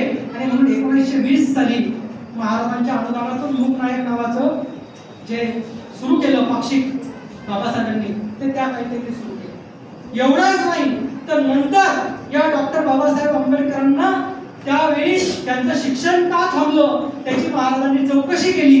आणि फुल्ली फंड देऊन महाराजांनी बाबासाहेबांना पुन्हा शिक्षणासाठी पाठवलं कोलंबियाला. तुम्ही लक्षात घ्या, म्हणजे अर्थात सयाजीराव गायकवाडांनी पाठवलंच होतं. सयाजीरावांच्या म्हणजे गायकवाडांचं काम मोठंच आहे, पण सयाजीरावांच्या गायकवाडांच्या याच्यात आणि याच्यात फरक होता की ती जे होते ते शैक्षणिक कर्ज होतं आणि शाहू महाराजांनी दिलं ते शैक्षणिक अनुदान होतं. हा फरक होता. आणि म्हणून जेव्हा डॉक्टर बाबासाहेब आंबेडकर तिकडे शिकायला गेले त्यावेळी महिना 500 पौंड शाहू महाराज हे खासगीतून पाठवायचे. मी अंडरलाईन करून सांगतो, 2 प्रकारचे खर्च असतात, एक सरकारी खर्च आणि एक खासगी खर्च. शाहू महाराजांनी बाबासाहेब आंबेडकरांना दिलेली स्कॉलरशिप ही त्यांच्या खासगीतून दिलेली स्कॉलरशिप होती, सरकारी गव्हर्नमेंट पैशातून दिलेली स्कॉलरशिप होती. 500 पाऊंड दर महिन्यात. आणि झालं असं की बाबासाहेबांचं पण तिथं म्हणजे फार हाल व्हायचे. तुम्हाला त्या गोष्टी मी बाकी सांगत नाही, त्यांचेही हाल व्हायचे. आणि त्यांना असं वाटलं की ही स्कॉलरशिप फार कमी पडते, पुरे होत नाही आपल्याला. आणि म्हणून संकोच वाटायचा त्यांना. पण तुम्हाला माहिती त्यांनी कसे दिवस काढले. पण इकडे गावी पण पैसे पाठवावे लागायचे त्या स्कॉलरशिप मधून रमाबाईंना घर खर्च चालवण्यासाठी वगैरे. आणि त्याच्यामुळे बाबासाहेबांनी मोठी हिंमत जुटवून एक तार केली शाहू महाराजांना. आणि तार काय केली शाहू महाराजांना की महाराज साहेब हे 500 पाऊंड आता पुरत नाही, किमान 750 पाऊंड दर महिन्याला पाठवले तर कृपा होईल. अशा पद्धतीची तार बाबासाहेब आंबेडकरांनी कोलंबियावरून महाराजांना कोल्हापूरला केली. ती तार त्या काळामध्ये इकडे मिळत नाही, तेवढ्यात एक तार बाबासाहेबांना जाऊन भेटली की शाहू महाराज गेले. आणि बाबासाहेबांच्या डोळ्यासमोर काळाकुट्ट अंधार पसरला. काय बाळासाहेब ठाकरेंच्या वडिलांनी प्रबोधनकार ठाकरेंनी लेख लिहिलाय की महाराष्ट्राचा सर्चलाईट केला तेव्हा शाहू महाराज गेले. बाबासाहेबांनी लिहिलंय की आमचा आधारस्तंभ गेला शाहू महाराज गेले असं म्हटलं तर बाबासाहेबांच्या डोळ्यासमोर काळा अंदाज पसरला की अगोदरही माझं शिक्षण राहून गेलं आणि आता सुद्धा आपण वाढून मागत होतो आणि इथं जे आहे तेच बंद होणे, कारण ते खाजगीतून होतं अनुदान, ते बंद व्हायची वेळ आली आणि म्हणून बाबासाहेबांनी आपल्या डिग्र्या पुढच्या पूर्ण होणार नाही म्हणून जे आहे ते पटकन करून आपण 10-15 दिवसामध्ये इथलं आपलं गुंडाळावं, कारण कोण खर्च देईल ना, असा निर्णय बाबासाहेबांनी घेतला आणि ते सगळं गुंडाळल्या गेल्यानंतर त्यांनी एक डिग्री सोडून द्यायची असं ठरवल्यानंतर बाबासाहेबांना तिकडनं पत्र आलं. पत्र शाहू महाराजांच्या मुलाचं होतं, शाहू महाराजांच्या मुलाचं होतं आणि शाहू महाराजांच्या मुलाने पत्रात म्हटलेलं आहे, पत्र उपलब्ध आहे, पत्रामध्ये शाहू महाराजांचा मुलगा असं म्हणतो की शाहू महाराज गेले त्यावेळी त्यांनी आम्हाला, प्रबोधनकार ठाकरे पण होते, त्यांनी लिहून ठेवलंय, प्रबोधनकार ठाकरे मृत्यूच्या वेळी शाहू महाराजांजवळ होते, त्यांनी लिहून ठेवलंय की शाहू महाराज गेले त्यावेळी त्यांनी पोराला जवळ बोलवलं आणि सांगितलं की बेटा आपल्या खासगीच्या खर्चाने भीमराव नावाचा पोरगा कोलंबियाला शिकतोय, त्याचं शिक्षण थांबता कामा नये आणि म्हणून तो मागेल तेवढे पैसे त्याला पाठवणे हे मरताना वचन घेतलं पोराने. आणि दुसरं वचन घेतलं की माझ्या राधानगरी धरणाच्या 3ऱ्या टप्प्याचं काम पूर्ण बाकी आहे, ते तू पूर्ण करशील, या वचनावर शाहू महाराजांनी प्राण सोडले. आणि म्हणून बाबासाहेबांना तिकडनं पत्र मिळालं की माझ्या वडिलांनी मरताना असं लिहून ठेवलंय आणि मग बाबासाहेबांनी आपलं पुढचं शिक्षण सुरू केलं. मला सांगा, लोकांसाठी आणि सामान्य माणसासाठी, मेरिटच्या माणसासाठी राज्यकर्त्याने किती जीव द्यावा, याचं याच्यापेक्षा चांगलं उदाहरण किंवा जगाच्या पाठीवर कुठं सापडेल ते मला शोधून दाखवा.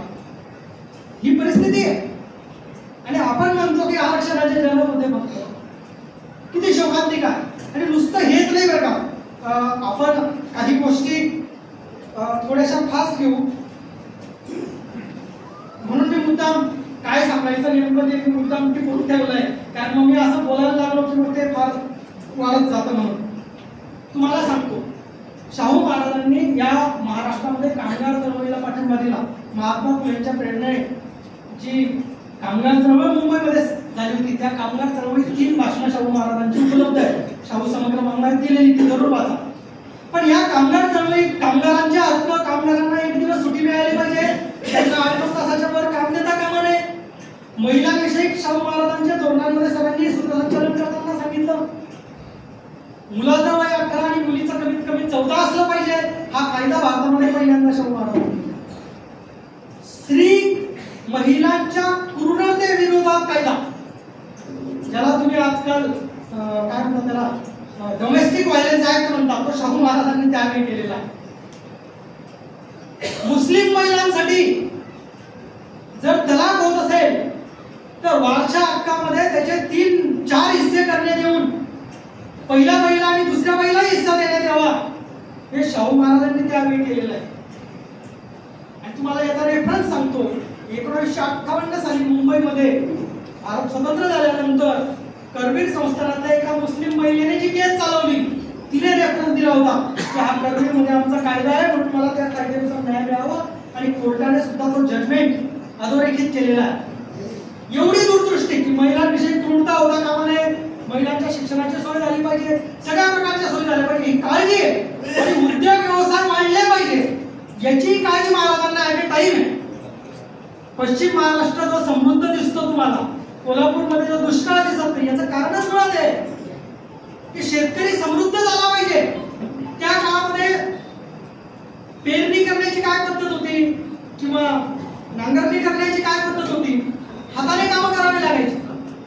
गावगाडा होता आपल्याकडे, गावामध्ये काय होतं, लाकडी तयार व्हायची, नांगर लाकडी फळा, आणि गावामध्ये सुतार मिस्त्री किती राहायचे, एक घर, मोठं गाव असेल तर म्हणतात 2 घरं. आता ते 1-2 घरं है ना, गुंतवणुकी पद्धत होती, ते 1-2 घरं किती लोकांचे नांगर बनवतील.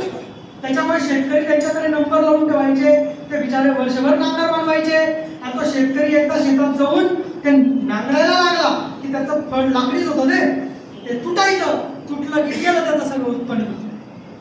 आणि दुसरं काही साधन होतं का, मग ते बोटाने करत बसायचे. अक्षरशः बायकांचे जे बोट आहेत ते रक्ताने भिजून जायचे. अशा पद्धतीचं काम शेतकऱ्यांना करावं लागत. आणि त्या कालखंडामध्ये काळामध्ये आज आपल्याकडे जे टाटा बिर्ला मोठे मोठे उद्योगपती आहेत, त्याच्यामधले एक उद्योगपती होते लक्ष्मणराव किर्लोस्कर, ज्यांनी किर्लोस्कर कंपनी स्थापन केली. ते लक्ष्मणराव किर्लोस्कर हे बँकरप्ट होऊन गेले. बँकरप्ट का झाले त्याचं कारणही सांगतो. 1914-15 मध्ये पहिलं महायुद्ध इंग्लंडमध्ये झालं आणि त्या महायुद्धाच्या काळामध्ये किर्लोस्करांची जी कंपनी होती त्या कंपनीचं वैशिष्ट्य असं होतं की कच्चा माल जो होता तो उपलब्ध व्हायचा आणि ते लोखंडाचे हे तयार करायचे पलंग, काय म्हणतो याच्यासाठी हॉस्पिटलसाठी, गव्हर्नमेंट हॉस्पिटलसाठी ते तयार करायचे. आणि जसं पहिलं महायुद्ध झालं तसं इंग्लंडची अर्थव्यवस्था कोलमडीत झाली आणि त्याच्यामुळे त्यांनी भारतामध्ये आदेश काढला की भारतीय उद्योजकांना कोणीच कच्चा माल द्यायचा नाही, सगळा कच्चा माल ते इंग्लंडला घेऊन जायचे. आणि त्याच्यामुळे किर्लोस्करांना कच्चा माल भेटेनासा झाला. किर्लोस्करांची कंपनी बंद पडायची वेळ आली कारण त्या खतांची ऑर्डरही त्यांची रद्द होऊन गेली आणि त्याच्यामुळे ते परेशान झाले. त्या सगळ्या संस्थानिकांकडे फिरत होते त्या काळामध्ये की आम्हाला पैसे द्या, आम्हाला अनुदान द्या, आमचा कारखाना जगला पाहिजे. तर अशा पद्धतीने किर्लोस्करांचा एक माणूस प्रतिनिधी हा शाहू महाराजांकडे आला आणि त्याने शाहू महाराजांना सांगितलं, महाराज आम्हाला अशी अशी अडचण आहे. महाराजांनी त्याला काय म्हणावं, महाराजांची स्टाईल होती वेगळी. महाराज म्हटले, अरे लेका भिका मागून काय उद्योग करता येतात का, जा सांग तुझ्या लक्ष्मणरावला त्याला भेटायला पाठवून. तो शॉकच झाला की महाराजांकडे आपण मदत मागायला आलो आणि महाराज असं काय म्हणताय. पण लक्ष्मणराव किर्लोस्कर स्वतः महाराजांकडे गेले. ते म्हटले कदाचित इगो पॉइंट असतो एखाद्या वेळेस ना, मालक आला पाहिजे. पण लक्ष्मणराव किर्लोस्कर गेले, म्हटले महाराज असे अरे म्हणे भिका मागून उद्योग नाही तयार होत, उद्योग हे स्वयंपूर्णतेवर तयार होत. ते म्हटले अरे काय स्वयंपूर्णता, इथं ब्रिटिश आम्हाला माल देईल म्हणजे असं करत नाही. अरे म्हणे तुम्ही काय ते ब्रिटिशांसाठी ते पलंग बिलंग तयार करतात ते काय मला पटत नाही. म्हणजे मग महाराज काय केलं पाहिजे, अरे माझ्या शेतकऱ्यासाठी लोखंडाचा नांगर तयार करावा. काय हाल होतात माझ्या शेतकऱ्याचे तुम्ही पाहिले नाही म्हणे माझ्या राज्यात. हाताची बोटं रक्ताची होतात. ते लाकडी नांगर ते पावसामध्ये सडतं, त्याचं फळं तुटतं आणि सगळं शेतकऱ्याचं नुकसान होतं. जर तुम्हाला काही करायचं असेल तर नांगर तयार करा. किर्लोस्कर म्हटले महाराज नांगर तयार करतो, अरे पण कच्चा माल नाही ना म्हणे आमच्याकडे, कोणी देत नाही. ते म्हटले नांगराचं डिझाईन तयार करा, इंजिनियर लोकांना डिझाईन तयार करा. म्हणजे जा नांगराचं डिझाईन तयार करा, ते मला पटलं तर कच्चा माल मी तुम्हाला देईन. आता किर्लोस्कर म्हटले मनातल्या मनात, अरे कोल्हापूर संस्थानात तर काही आयर्नच्या खाली नाही, लोखंडाच्या खाली नाही. ते म्हटले तुला काय करायचंय, मी करतो ते कच्च्या मालाचं तुझा. किर्लोस्कर गेले, त्यांनी 2-4 डिझाईन आणल्या, महाराजांना दाखवल्या. महाराजांनी त्याच्यातलं एक डिझाईन म्हटलं हे चांगलं वाटतंय, त्याच्यात काही बदल सुचवले आणि बदल सुचवून ते डिझाईन पुन्हा मागवलं. म्हटलं झालं का तयार फायनल, 2 गोष्टी लक्षात ठेव, याच्यातून फक्त नांगरच तयार झाले पाहिजे किंवा शेतीचे अवजार ज्याला आपण विळो वगैरे म्हणतो त्या पद्धतीचे अवजार तयार झाले पाहिजे आणि माझ्या शेतकऱ्यांना ते कमी किमतीत उपलब्ध झाले पाहिजे, ब्रिटिशांच्या किमतीत चालणार नाही.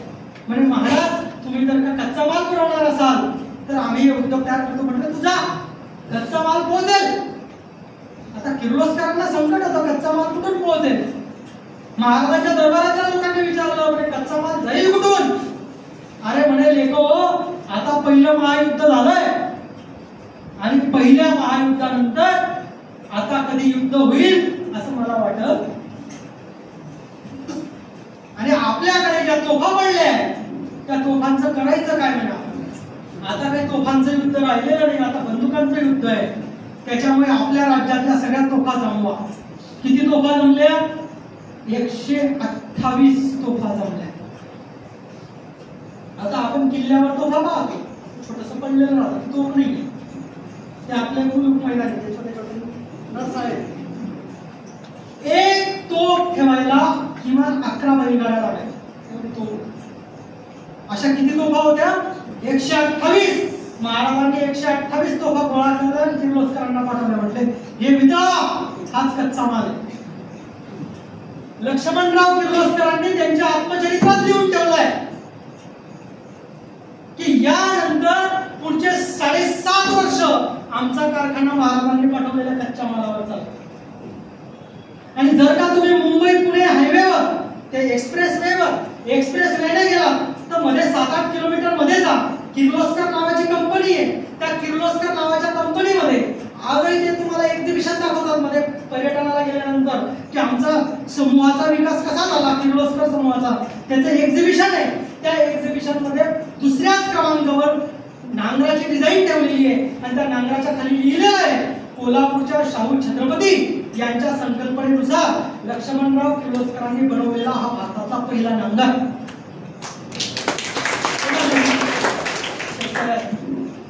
शेतकऱ्यांसाठी हा नांगर शाहू महाराजांनी त्या काळामध्ये बनवला आणि तो नांगर हा शेतीमध्ये क्रांती करणारा ठरला. ते राधानगरी धरण, ते कोल्हापूर बंधारे, ते गुळाचे उद्योग, याच्याने कोल्हापूर जिल्हा समृद्ध आहे. म्हणून मी म्हटलो तिथं दुष्काळ का पडत नाही, तिथला शेतकरी समृद्ध काय, त्याचं कारण हे शाहू महाराजांच्या दूरदृष्टीमध्ये होतं. हे कारण आपण समजून घेतलं पाहिजे. थोडा शेतकऱ्यांविषयी स्किप करतो आणि एक पुढची माहिती तुम्हाला फक्त सांगतो की महाराज हे नुसते या पद्धतीने शेतकरी, कष्टकरी, अस्पृश्य, महिला याचाच विचार करत नव्हते. महाराजांकडे सौंदर्य दृष्टी होती. महाराजांकडे त्या कालखंडामध्ये कलेकडे पाहण्याची दृष्टी होती. देवल घराण्याचे प्रमुख अल्लादिया खा हे अख्ख्या भारतात होते, पण त्यांचं संपूर्ण घराणं महाराजांनी पूर्ण अनुदान देऊन स्वतःच्या राज्यात बनवून घेतलं. मरेपर्यंत अल्लादिया खानांना अनेक राजघराण्याचे आमंत्रण आले, पण ते कोल्हापूर संस्थान सोडून कधी गेले. तुम्ही लक्षात घ्या. पॅलेस थिएटर नावाचं महाराष्ट्रातलं पहिलं आधुनिक थिएटर हे कोल्हापूरमध्ये तयार झालं. पहिली संगीत नाटक कंपनी ही कोल्हापूरमध्ये तयार झाली. तुम्हाला सांगतो त्या ठिकाणी ज्या यांचं नाव आहे कला महर्षी बाबूराव पेंटर आणि आनंदराव पेंटर यांना त्यांनी राजाश्रय दिला. गोविंदराव टेंबे नावाचे संगीतकार आहेत ज्यांनी 21 संगीत नाटकांना संगीत दिलं. गोविंदराव टेंबे मोठं नाव आहे. संगीत मानापमान, छत्रपती मेळा वगैरे सगळ्या नाटकांना त्यांची संगीत आहेत, मूळ संगीत गोविंदराव टेंबेंचं. या संगीतकार माणसाला शाहू महाराजांनी बोलवलं आणि सांगितलं उद्यापासून तुला वकिलीची सनद. आता तो टेंबे म्हटला मला काय कळतं म्हणे वकिलीचं, तुम्ही वकिलीचं कसं काय? अरे लेखा फक्त वकिलीचा पगार घ्यायचा, त्या संगीतातून काय पोट भरतो का म्हणे, पोट भरायलाही सनद वापरायची. कलाकार कसा जगवला पाहिजे तुम्ही लक्षात घ्या. आजकाल बिचारे आपले पैलवान आणि ते सरकारकडे वाट बघत राहतात की आम्हाला काही भेटेल तर बरं होईल. महाराजांचं बघा ना तुम्ही, अशीच वकिलीची सनद देऊन टाकली गोविंदराव टेंबेंना. बाबूराव पेंटर आणि आनंदराव पेंटर हे भाऊ होते. ते चित्र काढायचे.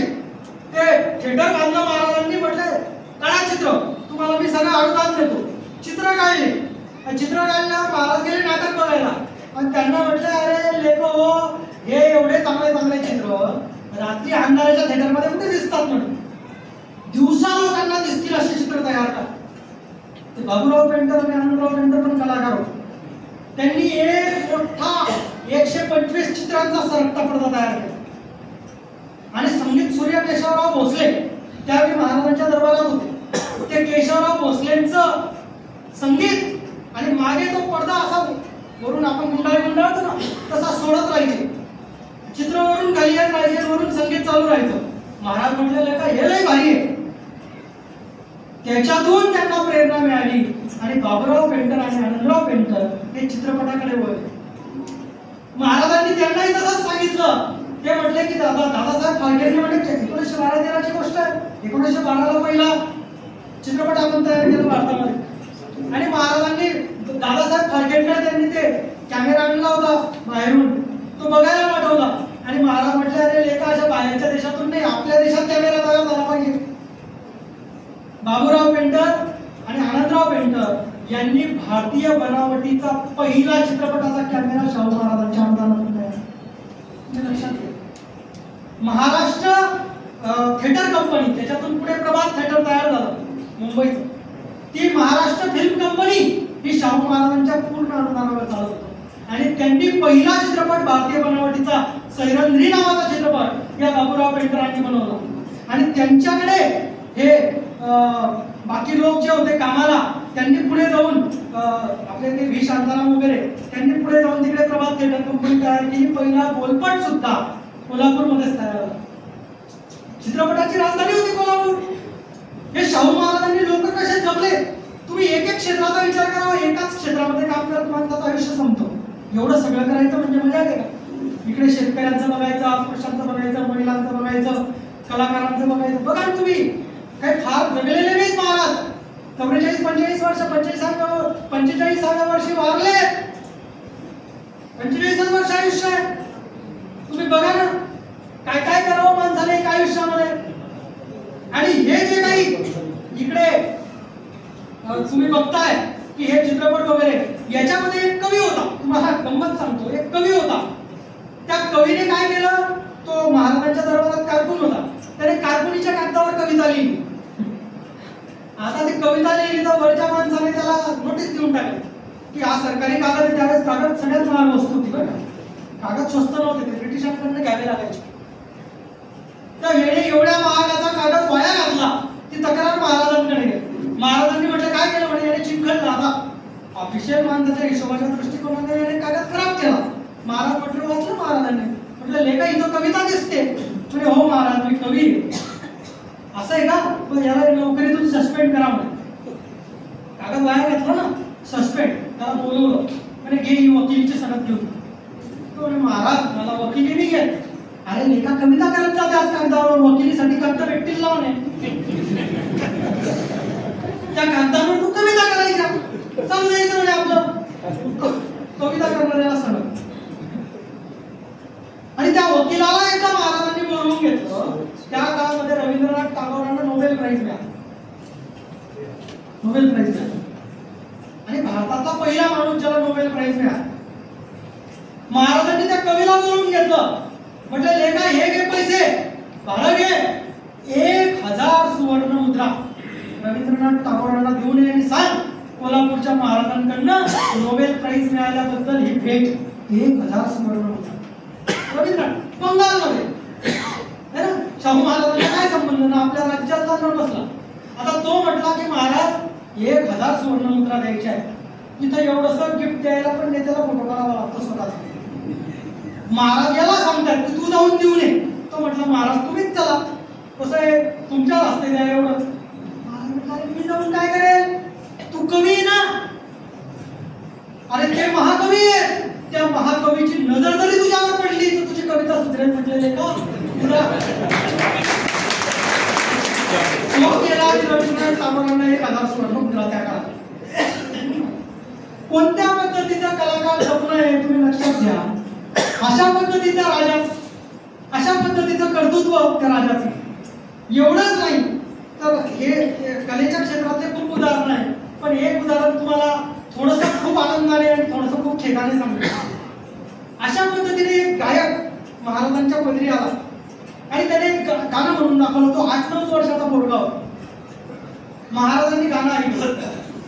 आता महाराज असते, त्यांना आवड होती. गाणं ऐकलं आणि महाराज म्हटले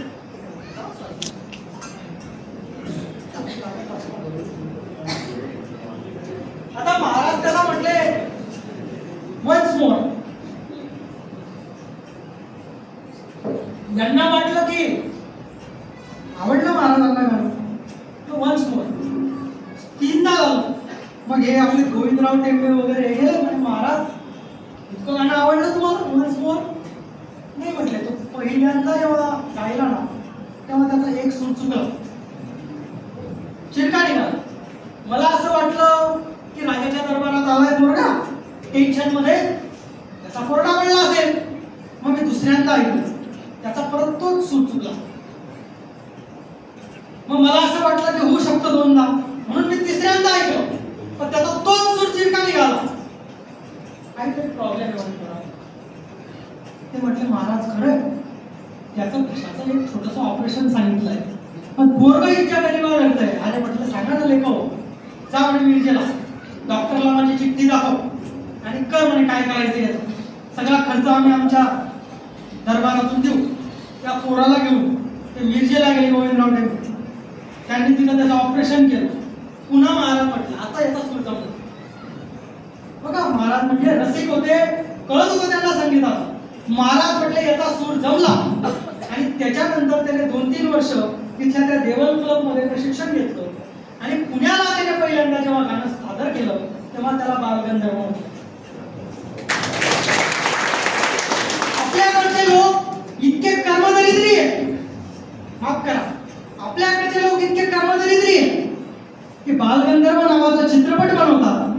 त्याच्यामध्ये शाहू महाराज दाखवत सुद्धा नाही.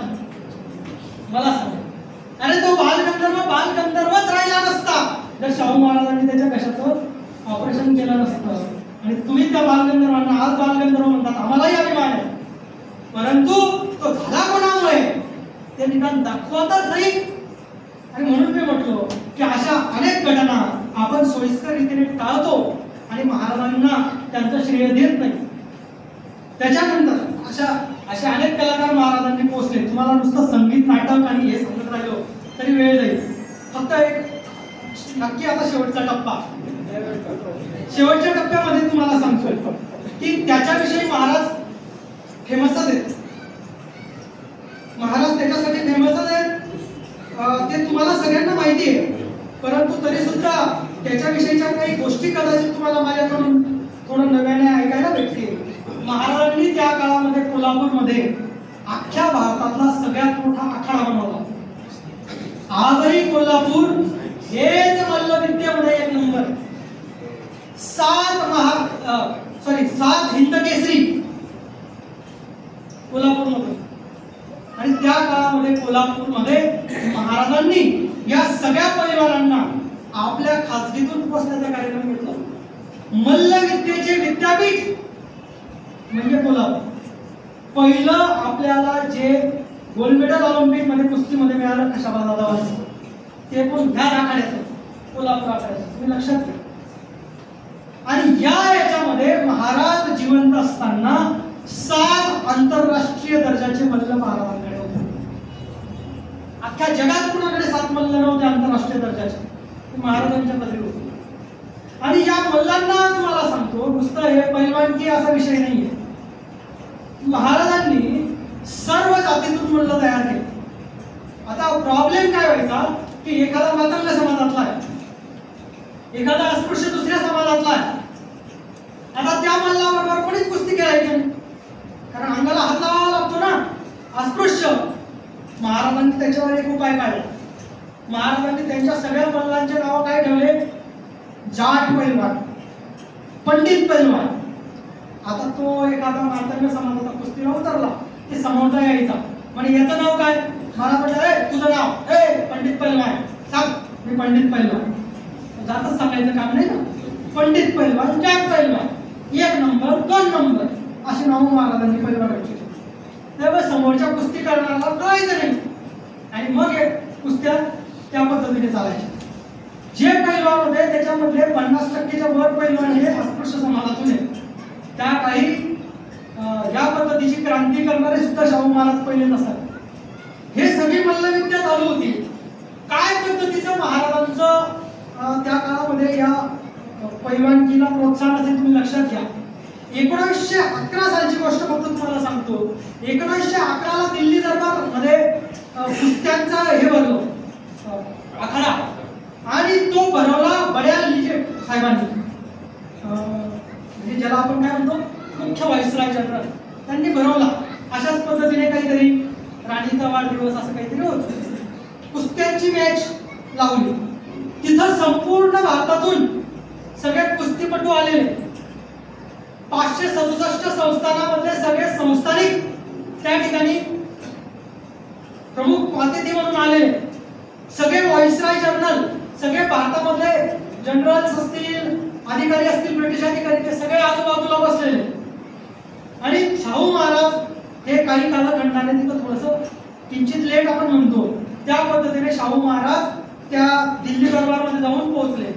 तिथं ब्रिटिशांच्या वृत्तपत्राने खबर छापली आहे, ब्रिटिश वृत्तपत्राने खबर छापली आहे की शाहू महाराज मैदानात म्हणजे त्या प्रेक्षागृहामध्ये शिरले आणि सर्व देशातले पैलवान उभे राहिले आणि त्यांनी शाहू महाराजांना मुद्राले.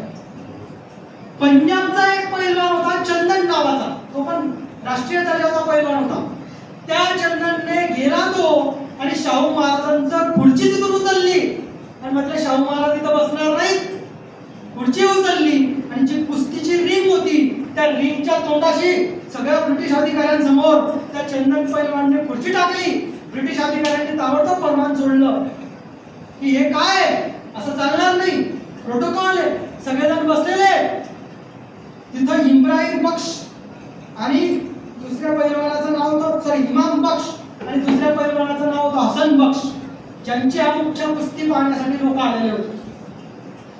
त्या इमाम बक्ष आणि हसन बक्षने सांगितलं महाराजांची पुढची इथं नसेल तर एकही पैलवान मैदानात उतरला. शेवटी त्या व्हाईसराय जनरलला सांगावं लागलं, ठीक आहे बाबांनो, राहू द्या महाराजांची खुर्ची इथं. सगळे ब्रिटिश अधिकारी बसलेले असताना महाराजांची खुर्ची ही त्या कुस्ती मैदानाच्या तोंडावर होती. प्रत्येक पैलवान आणि महाराजांचा पाय पडायचा आणि मग मैदानात जायचा. ही शाहू महाराजांच्या आंतरराष्ट्रीय ख्याती. त्या ठिकाणी इब्राहिम बक्ष आणि हसन बक्ष मध्ये ठरल्याप्रमाणे फायनल मॅच झाली. त्याच्यामध्ये तो इमाम बक्ष जिंकला आणि जिंकल्यानंतर शाहू महाराजांनी जिंकलेल्या पैलवानाला सुद्धा आणि हारलेल्या पैलवानाला सुद्धा जरीचा फेटा त्यांच्या डोक्यावर ठेवला आणि त्या दोघांचा सत्कार ब्रिटिशांच्या आधी महाराजांनी केला. आणि म्हणून हे सगळे पैलवान महाराजांना मानत होते. म्हणून ते मल्लविद्येचे विद्यार्थी हे सगळे ब्रिटिश हैराण झाले. वृत्तपत्रात बातमी छापली आहे, अभूतपूर्व घटना घडली की भारतामध्ये तर 567 संस्थानिक होते, पण एकाच संस्थानिकाला हा मान देशातल्या पैलवानाला दिला. आणि म्हणून त्या मल्लविद्येला शेवटपर्यंत महाराजांनी खूप जपलं. तुम्ही लक्षात खूप जपलं. अशाच प्रकारे बडोदा संस्थानमध्ये मी माझ्या व्याख्यानाच्या शेवटच्या टप्प्याकडे येतो. बडोदा संस्थानमध्ये अशाच प्रकारे मॅचेस लावलेल्या होत्या. हत्ती त्याला काय म्हणतात ते कितीतरी काठी साठमारीचा खेळ चाललेला होता आणि हत्ती आणि माणूस याची झुंज लावली जाते. आणि शाहू महाराजांचा जो हत्ती होता, शाहू महाराजांचं नाव पण यशवंत होतं, त्यांनी त्यांच्या हत्तीचं नाव पण यशवंत. मग त्याला ते थोडंसं भांगसारखं काहीतरी पाडायचे हत्तीला, तो संताबाईचा, मग त्याला बाले टोचायचे, मग तो हत्ती उधळला की ती मॅच व्हायची. आणि शाहू महाराजांच्या संस्थानामधला एक पुन्हा अस्पृश्य समाजातला मातंग समाजातला एक पैलवान होता, तो मैदानात होता आणि त्याचं लक्ष नसताना तो हत्ती उधळला. शाहू महाराज हे बसलेले होते बडोद्याला. शाहू महाराज बसलेले होते आणि त्यापूर्वी झालं असं होतं, तुम्हाला माहिती, शाहू महाराजांना फार मोठ्या प्रमाणावर डायबिटीस होता. त्या काळामध्ये काही डायबिटीसवर औषधं पण नव्हती. ते तुम्ही म्हणाल की इतक्या लवकर महाराज कसं काय गेले, एवढे पैलवान होते, पण महाराजांना डायबिटीस आणि त्या डायबिटीसचं कोणतंच पथ्य महाराज पाळायचे. हे वाईट होतं. त्या महाराजांच्या सवयी लिहिताना त्यांनी असं लिहिलंय की समजा तुम्ही भेटलात महाराजांना आणि महाराजांना म्हटला की महाराज तुम्ही मागच्या वेळी आमच्याकडे जेवायला येणार होते, महाराज काय म्हणायचे, हा काय आलोय, चल जेवण झालेलं असलं तरी परत खाऊन घ्यायचे. परत पुढे कोणी म्हटलं परत त्याच्याकडे पण खाऊन घ्यायचे, सगळीकडे खायचे. आणि त्या डायबिटीसला काही ते तेवढं जेवण आणि तेवढं चालाय तरी पण महाराज पचवून घ्यायचे. आणि त्या डायबिटीसमुळे महाराजांचं शरीर जे होतं ते आतून पूर्णपणे खराब होत चाललेलं होतं. आणि महाराज अशा राज्याचे दौरे आणि कामं याच्यामध्ये ते व्यस्त असायचे. आणि त्याच्यामुळे महाराजांनी बघितलं की तो हत्ती खवळला आणि तो हत्ती खवळून त्या पैलवानाच्या दिशेने निघाला आणि तो हत्ती त्या पैलवानाला धडक मारेल आणि तो पैलवान 101% मरेल हे तिथं बसलेल्या सगळ्यांना कळलं, कारण त्याचं लक्षच नव्हतं हत्ती येतो. महाराज तिथं उठले आणि महाराजांनी जोरात आवळी मारली, यशवंत. आता काय होतं ना, एकदम अशी कोणी आवळी मारली तर थोडंसं आपण एकदम फिचकून बघतो. तो हत्ती महाराजांचा हत्ती होता, महाराज त्याला नेहमी त्या नावाने हाक मारायचे.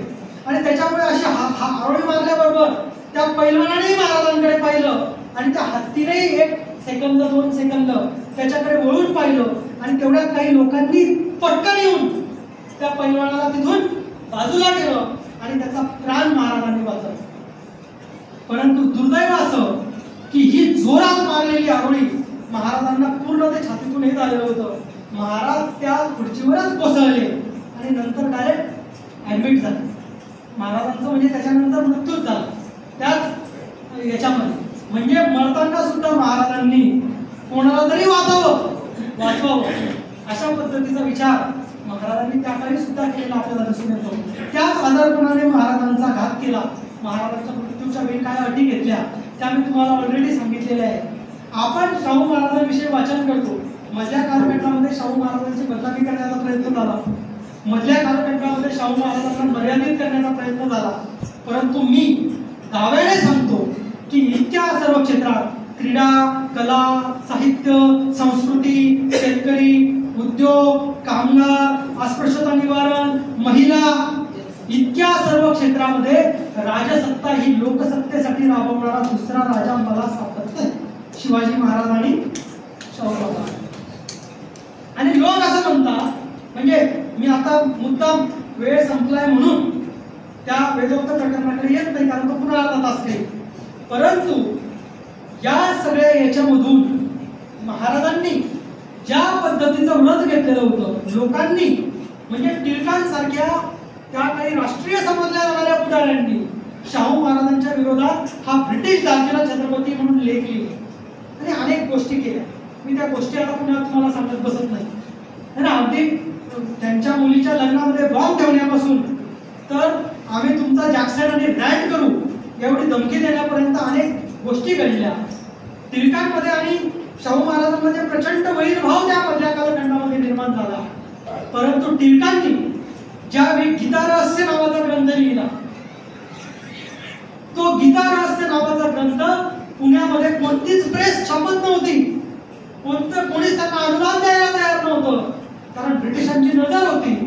शाहू महाराज टिळकांकडे गेले आणि टिळकांना म्हटले, टिळक तुम्ही काहीतरी रहस्य लिहिलंय म्हणे, मला जरा दाखवता का? टिळकांनी गीता रहस्याची प्रत उचलली आणि महाराजांच्या हाती ठेवली. टिळकांचे सहकारी टिळकांना सांगत होते की तुमची दुश्मनी आहे, तुमचं वैर आहे, यांच्या हातात ही प्रत देऊ नका, हे नष्ट करतील. पण टिळक म्हटले, अरे मीच लिहिलंय, नष्ट केली तर मी नव्याने लिहेल, पण हे छत्रपतींचे वारसदार आहेत, हे अशी गद्दारी आपल्याशी करणार नाही. आणि म्हणून टिळकांनी त्यांना प्रत दिली. 7 दिवसानंतर वाचून शाहू महाराज टिळकांकडे पुन्हा परत गेले आणि टिळकांना म्हटले, टिळक चांगलं लिहिलंय, छापत का नाही? टिळक म्हटले, महाराज याच्यासाठीचा आवश्यक पैसा आमच्याकडनं नाही. महाराजांनी काय सांगावं? महाराज म्हटले, या तुमच्या गीता रहस्याच्या 1000 प्रती मी आजच बुक केल्या, पुढे बोला काय लागतंय.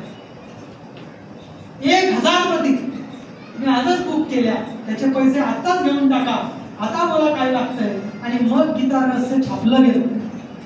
लक्षात घ्या, शत्रूला सुद्धा कोणत्या प्रकारची वागणूक द्यावी हे या राजाकडनं शिकावं असं माझं मत आहे.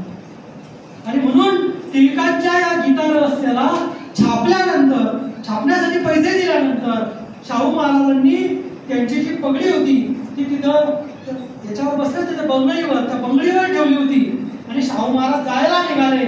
टिळक शाहू महाराजांना म्हटले, हे पण पुन्हा प्रबोधनकार ठाकरे, बाळासाहेब ठाकरेंची वडील त्यांनी लिहून ठेवलंय. टिळक शाहू महाराजांना म्हटले, महाराज तुमची पगडी राहिली. महाराज म्हटले, टिळक आता तुमच्याच हाताने आमच्या डोक्यावर ठेवा. टिळकांनी ती पगडी उचलली, शाहू महाराजांच्या डोक्यावर ठेवली आणि शाहू महाराज टिळकांना म्हटले, आता ही डोक्यावर ठेवली आहे तेव्हा हिची इज्जत सुद्धा तुम्हीच ठेवली पाहिजे.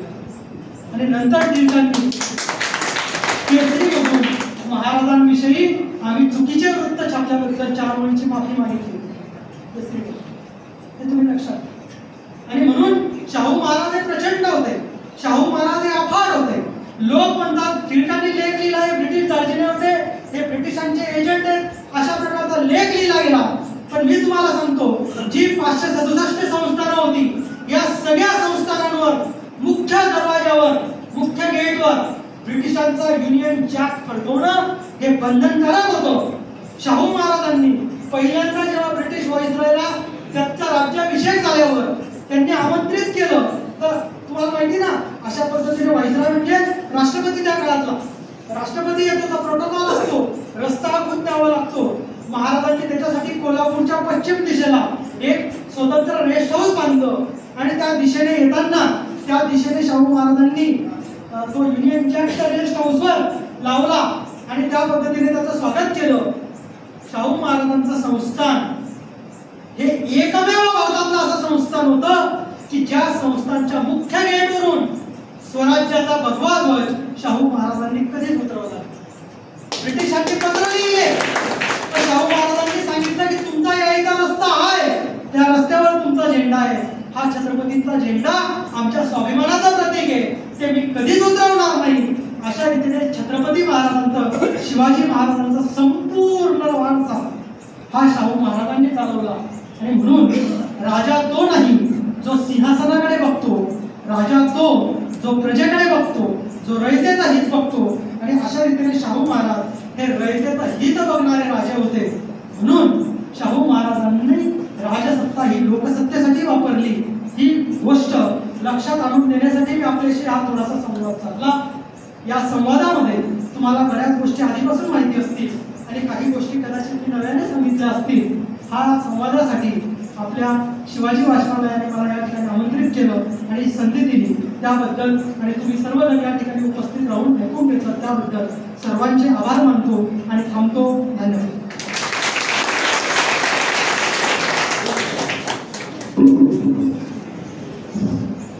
धन्यवाद सर. राजसत्तेचा वापर लोकांसाठी कसा करावा याचा वस्तुपाठ शाहू महाराजांनी दाखवला. लोकसत्तेसाठी, लोकांच्या हितासाठी शाहू महाराज सातत्याने प्रयत्न करत राहिले.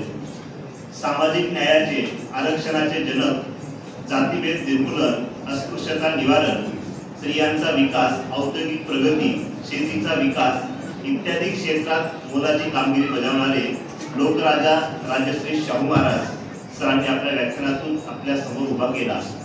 सरांप्रती पुनश्च एकदा धन्यवाद व्यक्त करतो आणि याच्यानंतर बाकीवाद स्वतः निवडीसाठी मी मान्यवरांना विनंती करतो की त्यांनी बाकीवाद स्वतः निवडीसाठी इथे निवडा.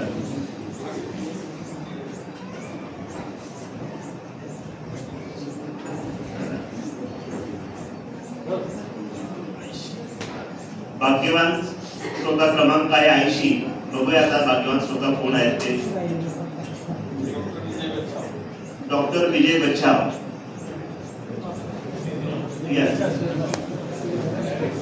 प्राध्यापक डॉक्टर विजय बच्छाव अगदी इंग्रजी विषयाचे प्राध्यापक आहेत. आजचे वक्ते देखील आपले डॉक्टर लीलाधर पाटील इंग्रजी विषयाचे प्राध्यापक आहेत. मी वक्त्यांना विनंती करतो की त्यांनी भाग्यवान श्रोता म्हणून बच्छाव सरांचा सन्मान करावा. त्यानंतर आभार प्रदर्शनात आजच्या कार्यक्रमाचे अध्यक्ष आदरणीय ॲडव्होकेट उत्तमरावजी मराठे, आजचे वक्ते प्राध्यापक लीलाधर पाटील आणि आपण सर्व उपस्थित सुजाण श्रोते, आपण सर्वजण या ठिकाणी व्याख्यानाचा लाभ घेतला त्याबद्दल आपल्या सगळ्यांचं वाचनालयाच्या सांस्कृतिक समितीच्या वतीने हार्दिक आभार आभार आभार. आणि उद्या दिनांक 6 ऑक्टोबर 2024 रोजी व्याख्यानासाठी आपल्याकडे येत आहेत प्राध्यापक डॉक्टर वंदना महाजन मुंबईहून.